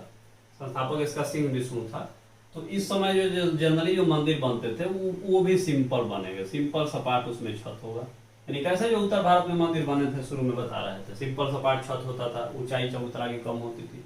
अब महेंद्र वर्मन शैली में भी बनेंगे तो इसमें छोटा क्या होगा, सपाट छत होगा, ठीक ना, छोटा सा रंचना होगा, छोटा संरचना हो, सपाट छत होगा, छोटा जो है क्या होगा, संरचना होगा, ठीक ना, ये हो गया। अब नरसिंह वर्मन शैली,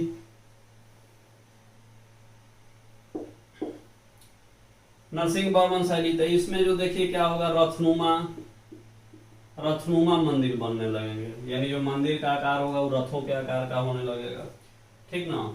विभिन्न जो है दीवारों के माध्यम से मंदिर को क्या किया जाएगा, दीवारों के माध्यम से मंदिर को कई खंडों में बांट दिया जाएगा, ठीक। कुछ रथ बने, जैसे इस समय आप लोगों को याद होगा, नाम बता दे रहा हूँ, लिखने का मन नहीं कर रहा है। युधिष्ठिर रथ हो गया, ठीक ना, द्रौपदी रथ हो गया, अर्जुन रथ हो गया, भीम रथ हो गया, केशव रथ हो गया।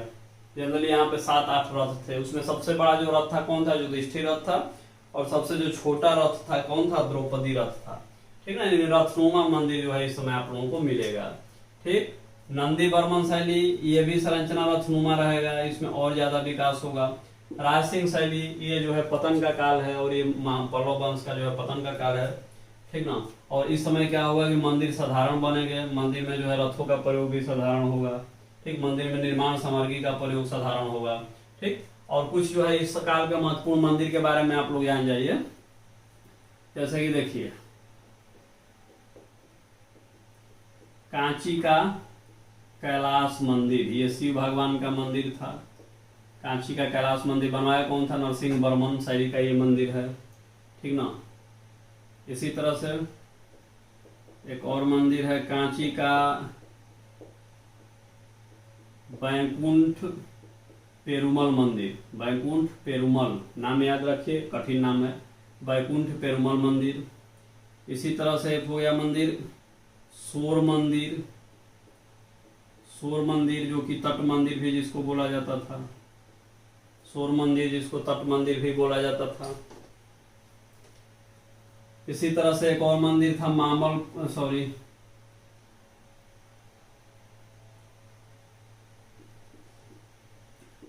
मामलपुरम का मंदिर। नरसिंह वर्मन ने एक शहर भी बसवाया था अपने मामलपुरम के नाम से, तो वहां मामलपुरम का भी मंदिर था, ठीक ना। इसके बाद एक अवंती तोंडा का शिव मंदिर था, अवंती तोंडा का शिव मंदिर। देखिए पल्लव शैली हो गया,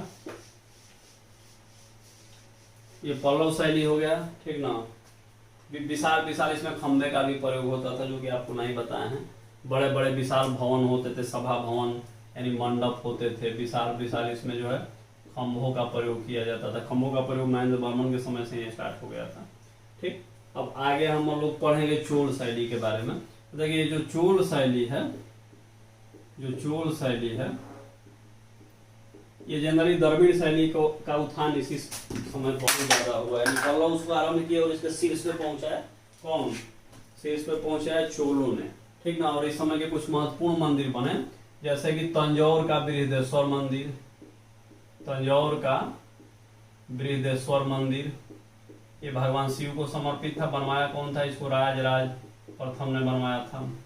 इसी तरह से गंगा कोंड चोलपुरम मंदिर, ये कौन बनवाया था, राजेंद्र चोल था, इसका पुत्र था, वो बनवाया था गंगा कुंड चोलपुरम मंदिर। ये इस समय के महत्वपूर्ण मंदिर थे, ठीक ना। इसी तरह से रामेश्वरम का मंदिर, रामेश्वरम मंदिर अभी भी फेमस है, इसी समय बना था चोलों के काल में, ठीक ना। तो ये महत्वपूर्ण मंदिर हुए। अब इस समय देखिए मंदिरों की विशेषता क्या होता था, जैसे कि हम बता रहे हैं राज के बारे में, ये बृहदेश्वर मंदिर के बारे में। देखिए मंदिर मुख्य रूप से कैसा दिखेगा, ये जो है आपको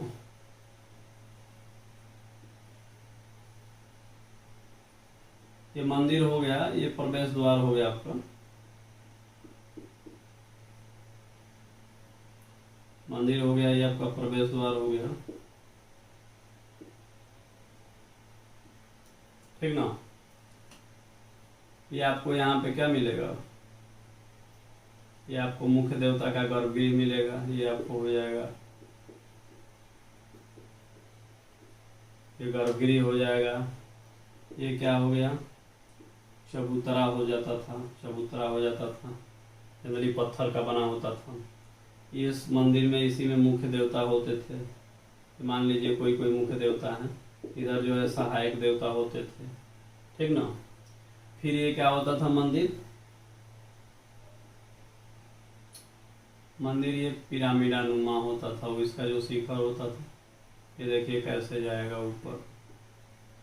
नीचे का भाग चौड़ा होता था, ऊपर का भाग जो है क्या होता था, पतला होते जाता था, ठीक ना, ऊपर का भाग पतला होता जाता था।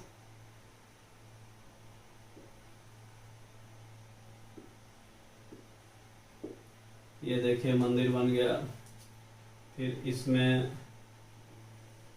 यहाँ पे भी लगातार क्या किया जाता था, मूर्तियों का निर्माण कर दिया जाता था। ये देखिए क्या हो गया, ये आपका जो है विमान इसको बोला जाता था। देखिए ये जो है क्या होता था, ये जो होता था विमान बोला जाता था इसको। और ये प्रवेश द्वार बड़े बड़े होते थे जिनको गोपुरम बोला जाता था। गोपुरम क्या होता था, प्रवेश द्वार होता था, और ये बहुत बड़े बड़े विशाल गोपुरम होते थे, ठीक ना। फिर क्या होता था कि मंदिर के चारों तरफ, ये जैसे मंदिर हो गया, मंदिर के चारों तरफ रेलिंग, रेलिंग यहाँ की अनिवार्य विशेषता है। मंदिर के बगल में जैसे मान लीजिए यहाँ पे तालाब रहेगा। मंदिर विभिन्न भागों में बटा रहेगा, मंदिर विभिन्न भागों में बटा रहेगा, ठीक है। तो ऐसे ही आपको मंदिर मिलेगा, साउथ के मंदिर। जनरली एक चीज देखिए क्या होता था कि विमानों की ऊंचाई इस समय ज्यादा होती थी। ये जो विमानों की ऊंचाई है चोलों के समय बहुत ज्यादा होने लगी, और ये भव्य जो है क्या हुआ कि विमान बनने लगे। यानी मतलब पूरी अगर मंदिर को देखिएगा तो सबसे पहले पूरे संरचना में विमान दिखेंगे, क्योंकि इनकी ऊंचाई बहुत ज्यादा होने लगी। और कहा जाता है कि तंजौर का बृहदेश्वर जो मंदिर था उसमें जो तंजौर का बृहदेश्वर मंदिर था उसमें जो है ये 70 फीट तक इसकी ऊंचाई थी, ठीक ना। विमान की जो ऊंचाई थी लगभग 70 फीट की ऊंचाई थी। यानी समझिए कितना ऊंचा विमान हुआ होगा। और जनरली ये क्या होता था कि पत्थर को जोड़ जोड़ के ये विमान बनाया जाता था। अब आप लोगों को ध्यान आ रहा होगा कि इतना ऊंचा पत्थर ले जाया कैसे जाता होगा 70 फीट, क्योंकि उस समय कोई उठाने के लिए जेसीबी किरान भी नहीं था। तो जनरली क्या होता था, देखिए बनाने के लिए क्या होता था कि ढलान बना दिया जाता था, ठीक ना। ऐसे ढलान बन जाता था मंदिर बनाने के लिए, और इसी ढलान पे पत्थर को क्या किया जाता था कि धीरे धीरे धक्का देके पहुंचा दिया जाता था ऊपर, और पहुंचा के उसको सजा दिया जाता था। और जब ये पूरा बन जाता था तो इस संरचना को गिरा दिया जाता था, ठीक ना। और इसीलिए मंदिर जितने दक्षिण भारत के मंदिर बने वहां देखिएगा उसके आसपास एक कोई संरचना ऊंचाई पे बना हुआ है। और इसीलिए आज भी तंजौर के जो बृहदेश्वर मंदिर है वहां पे गांव है ऊंचापल्ली गांव, ठीक ना। नाम ही से इसका पड़ गया है ऊंचापल्ली, ठीक ना। क्योंकि क्या है कि ये जो मंदिर बन रहा था ऐसे ही संरचना दूर तक बनाया गया था बांध टाइप, और बाद में उसको गिरा दिया गया। तो उसी पे जो आसपास गांव बस गया उसका गांव का नाम हो गया है ऊंचापल्ली गांव, ठीक है। तो ये हो गया आपका तंजौर का बृहदेश्वर मंदिर। ऐसे ही गंगेड़चोलपुरम मंदिर भी था, उसमें भी लगभग यही विशेषता थी, ज्यादा अंतर नहीं था, कोई तथ्यात्मक जानकारी की ओर अलग से। मंदिर मूल रूप से ऐसे ही रहेंगे। अब आइए, अब हम लोग पढ़ेंगे किसके बारे में पढ़ रहे हैं, देखिए नायक शैली के बारे में। इसमें देखिए कुछ है नहीं, जनरली ये जो नायक होते थे पहले पांड्य होते थे, यहाँ पे मदुरा में पांड्य होते थे, बाद में नायक आ गए, ठीक ना। इसमें कुछ नहीं अंतर होगा, वही मंदिर रहेगा, बस यही क्या होगा कि गोपुरम का आकार यहाँ बढ़ जाएगा, विशाल गोपुरम बनने लगेंगे, बस इतना ध्यान रखिए, इससे ज्यादा जरूरत नहीं है। गोपुरम जो है और विशाल विशाल दरवाजा बनने लगेंगे इस समय नायक शैली में, ठीक है। तो इस तरह से हम लोग क्या हुआ, द्रविड़ शैली पढ़ लिए। अब हम लोग पढ़ेंगे बेसर शैली के बारे में। अब हम लोग किस शैली के बारे में पढ़ेंगे, अब हम लोग पढ़ेंगे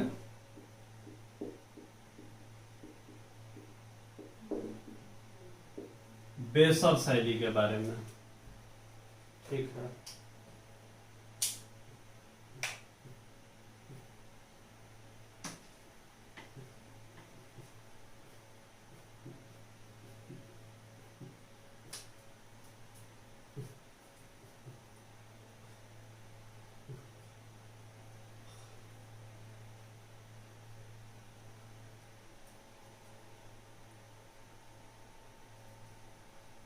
ये देखिए बेसर शैली क्या होता था, ये जनरली जो नागर शैली था ये अपना कोई स्वतंत्र शैली बेसर शैली नहीं था, ठीक है। नागर शैली प्लस द्रविड़ शैली, दोनों को अगर मिला दीजिए तो ये बन जाएगा बेसर शैली। यानी कुछ नागर की विशेषताएं और कुछ बेसर द्रविड़ की विशेषताएं हैं, यही दोनों मिल के बन जाएगा बेसर शैली, ठीक ना। अब बेसर शैली के जो मंदिर होते थे, इसमें हम लोग पढ़ेंगे किस काल के बारे में, जैसे चालुक्यों के बारे में पढ़ ले रहे हैं, चालुक्य पढ़ लेंगे, राजपूत पढ़ लेंगे, काफी है। देखिए कुछ तथ्यात्मक जानकारी, जैसे इस समय एहोल को मंदिरों का शहर कहा जाता था। एहोल को मंदिरों का शहर, जैसे बनारस को मंदिरों का शहर कहा जाता, उसी तरह से एहोल को मंदिरों का शहर कहा जाता था। यहाँ पे लगभग 70 मंदिर थे। यहाँ पे लगभग क्या थे चालुक्य में, 70 मंदिर थे, ठीक है। इसी जगह तरह से एक जो है पटकल जगह था, वहां भी विभिन्न जो है संरचनाओं का निर्माण किया गया था, वहां भी विभिन्न संरचनाओं का निर्माण किया गया था। एहोल चालुक्य में एहोल मंदिर हो गया,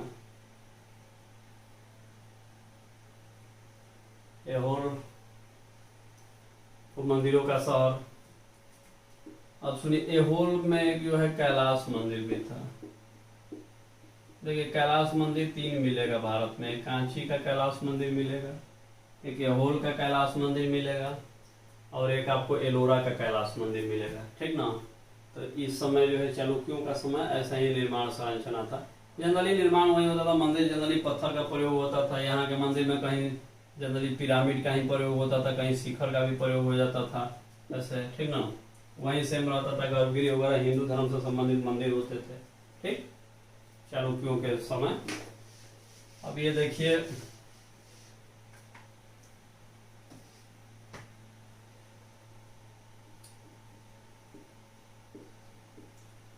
राष्ट्रकूट जनरली इस समय गुफा मंदिर बनते थे। राष्ट्रकूट के समय गुफा मंदिर बनते थे। एक फेमस मंदिर है एलोरा का कैलाश मंदिर, एलोरा का कैलाश मंदिर, ये कृष्ण प्रथम के द्वारा बनवाया गया था, जो कि राजपूत वंश का एक महत्वपूर्ण शासक था, ठीक ना। ये जनरली कैलाश मंदिर कैसा था, एक गुफा मंदिर था। यानी जनरली क्या होता था कि ये देखिए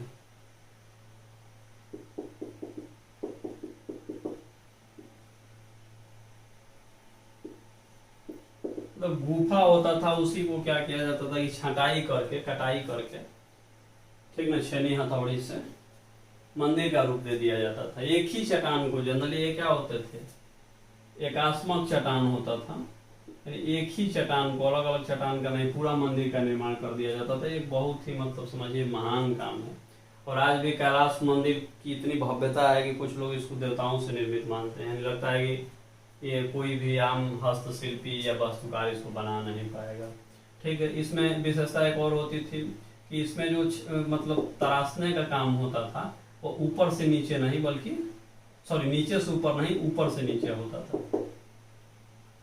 ऊपर से सॉरी नीचे से ऊपर होता था, माफ कीजिएगा, तराशने का कार्य जो होता था वो नीचे से ऊपर होता था, ठीक ना। अब इसमें और क्या होगा कि इसमें विभिन्न देवता के मंदिर, मुख्य देवता रहेगा, विभिन्न जो है देवता के, जैसे गंगा का मंदिर रहेगा बीच में, यक्षिणी का मंदिर रहेगा बीच में, गांधारों का मूर्ति रहेगा बीच में, ठीक ना। शिव से संबंधित विभिन्न धर्म के देवता के मंदिर रहेंगे, ठीक ना। जनरली ये जो है गुफा मंदिर ही बनता था कैलाश का मंदिर में। इसी तरह से एक होयसल शासक हैं, जो कि द्वार समुद्र में शासन करते थे, द्वार समुद्र राजधानी थी, ठीक ना। और इसमें एक मंदिर है, हलेबीड की मंदिर है, उस समय होयसलेश्वर की मंदिर है, जो कि एक शिव मंदिर था। तो उसी सेम वही विशेषता रहेगा बेसर शैली का। तो मैं देखिए कहने का होयसल जो बेसर शैली की मुख्य विशेषता है वो होयसल शैली में ही देखने को मिलती है, अपने मुख्य रूप में उसी में दिखा। तो इसलिए हम लोग क्या हुआ यहाँ पे कि प्राचीन भारतीय स्थापत्य कला पूरा खत्म कर लिए। इसमें देखिए हम लोग क्या पढ़े, स्तूप पढ़े, चैत्य पढ़े, बिहार पढ़े, पूरा भारतीय मंदिर कला को हम लोग काल वाइज देखे, ठीक ना। और पूरा इस तरह से भारतीय स्थापत्य कला आप लोगों का खत्म हो गया, ठीक। तो आप लोग आशा होगा कि पूरा जो है स्थापत्य कला को बढ़िया से समझे होंगे, इसका फिर अध्ययन करेंगे, रिवीजन करेंगे, इससे लाभ लेंगे, ठीक है। आप लोगों से एक आग्रह है कि ज्ञान गंगा यूट्यूब चैनल को आप लोग देखिए, लाइक कीजिए, सब्सक्राइब कीजिए, शेयर कीजिए और बेल आइकन दबाइए ताकि कोई भी वीडियो अगर नया बने, ठीक ना, इस चैनल से संबंधित, तो आप लोगों को उसका अपडेट मिलता रहे। ठीक है, धन्यवाद।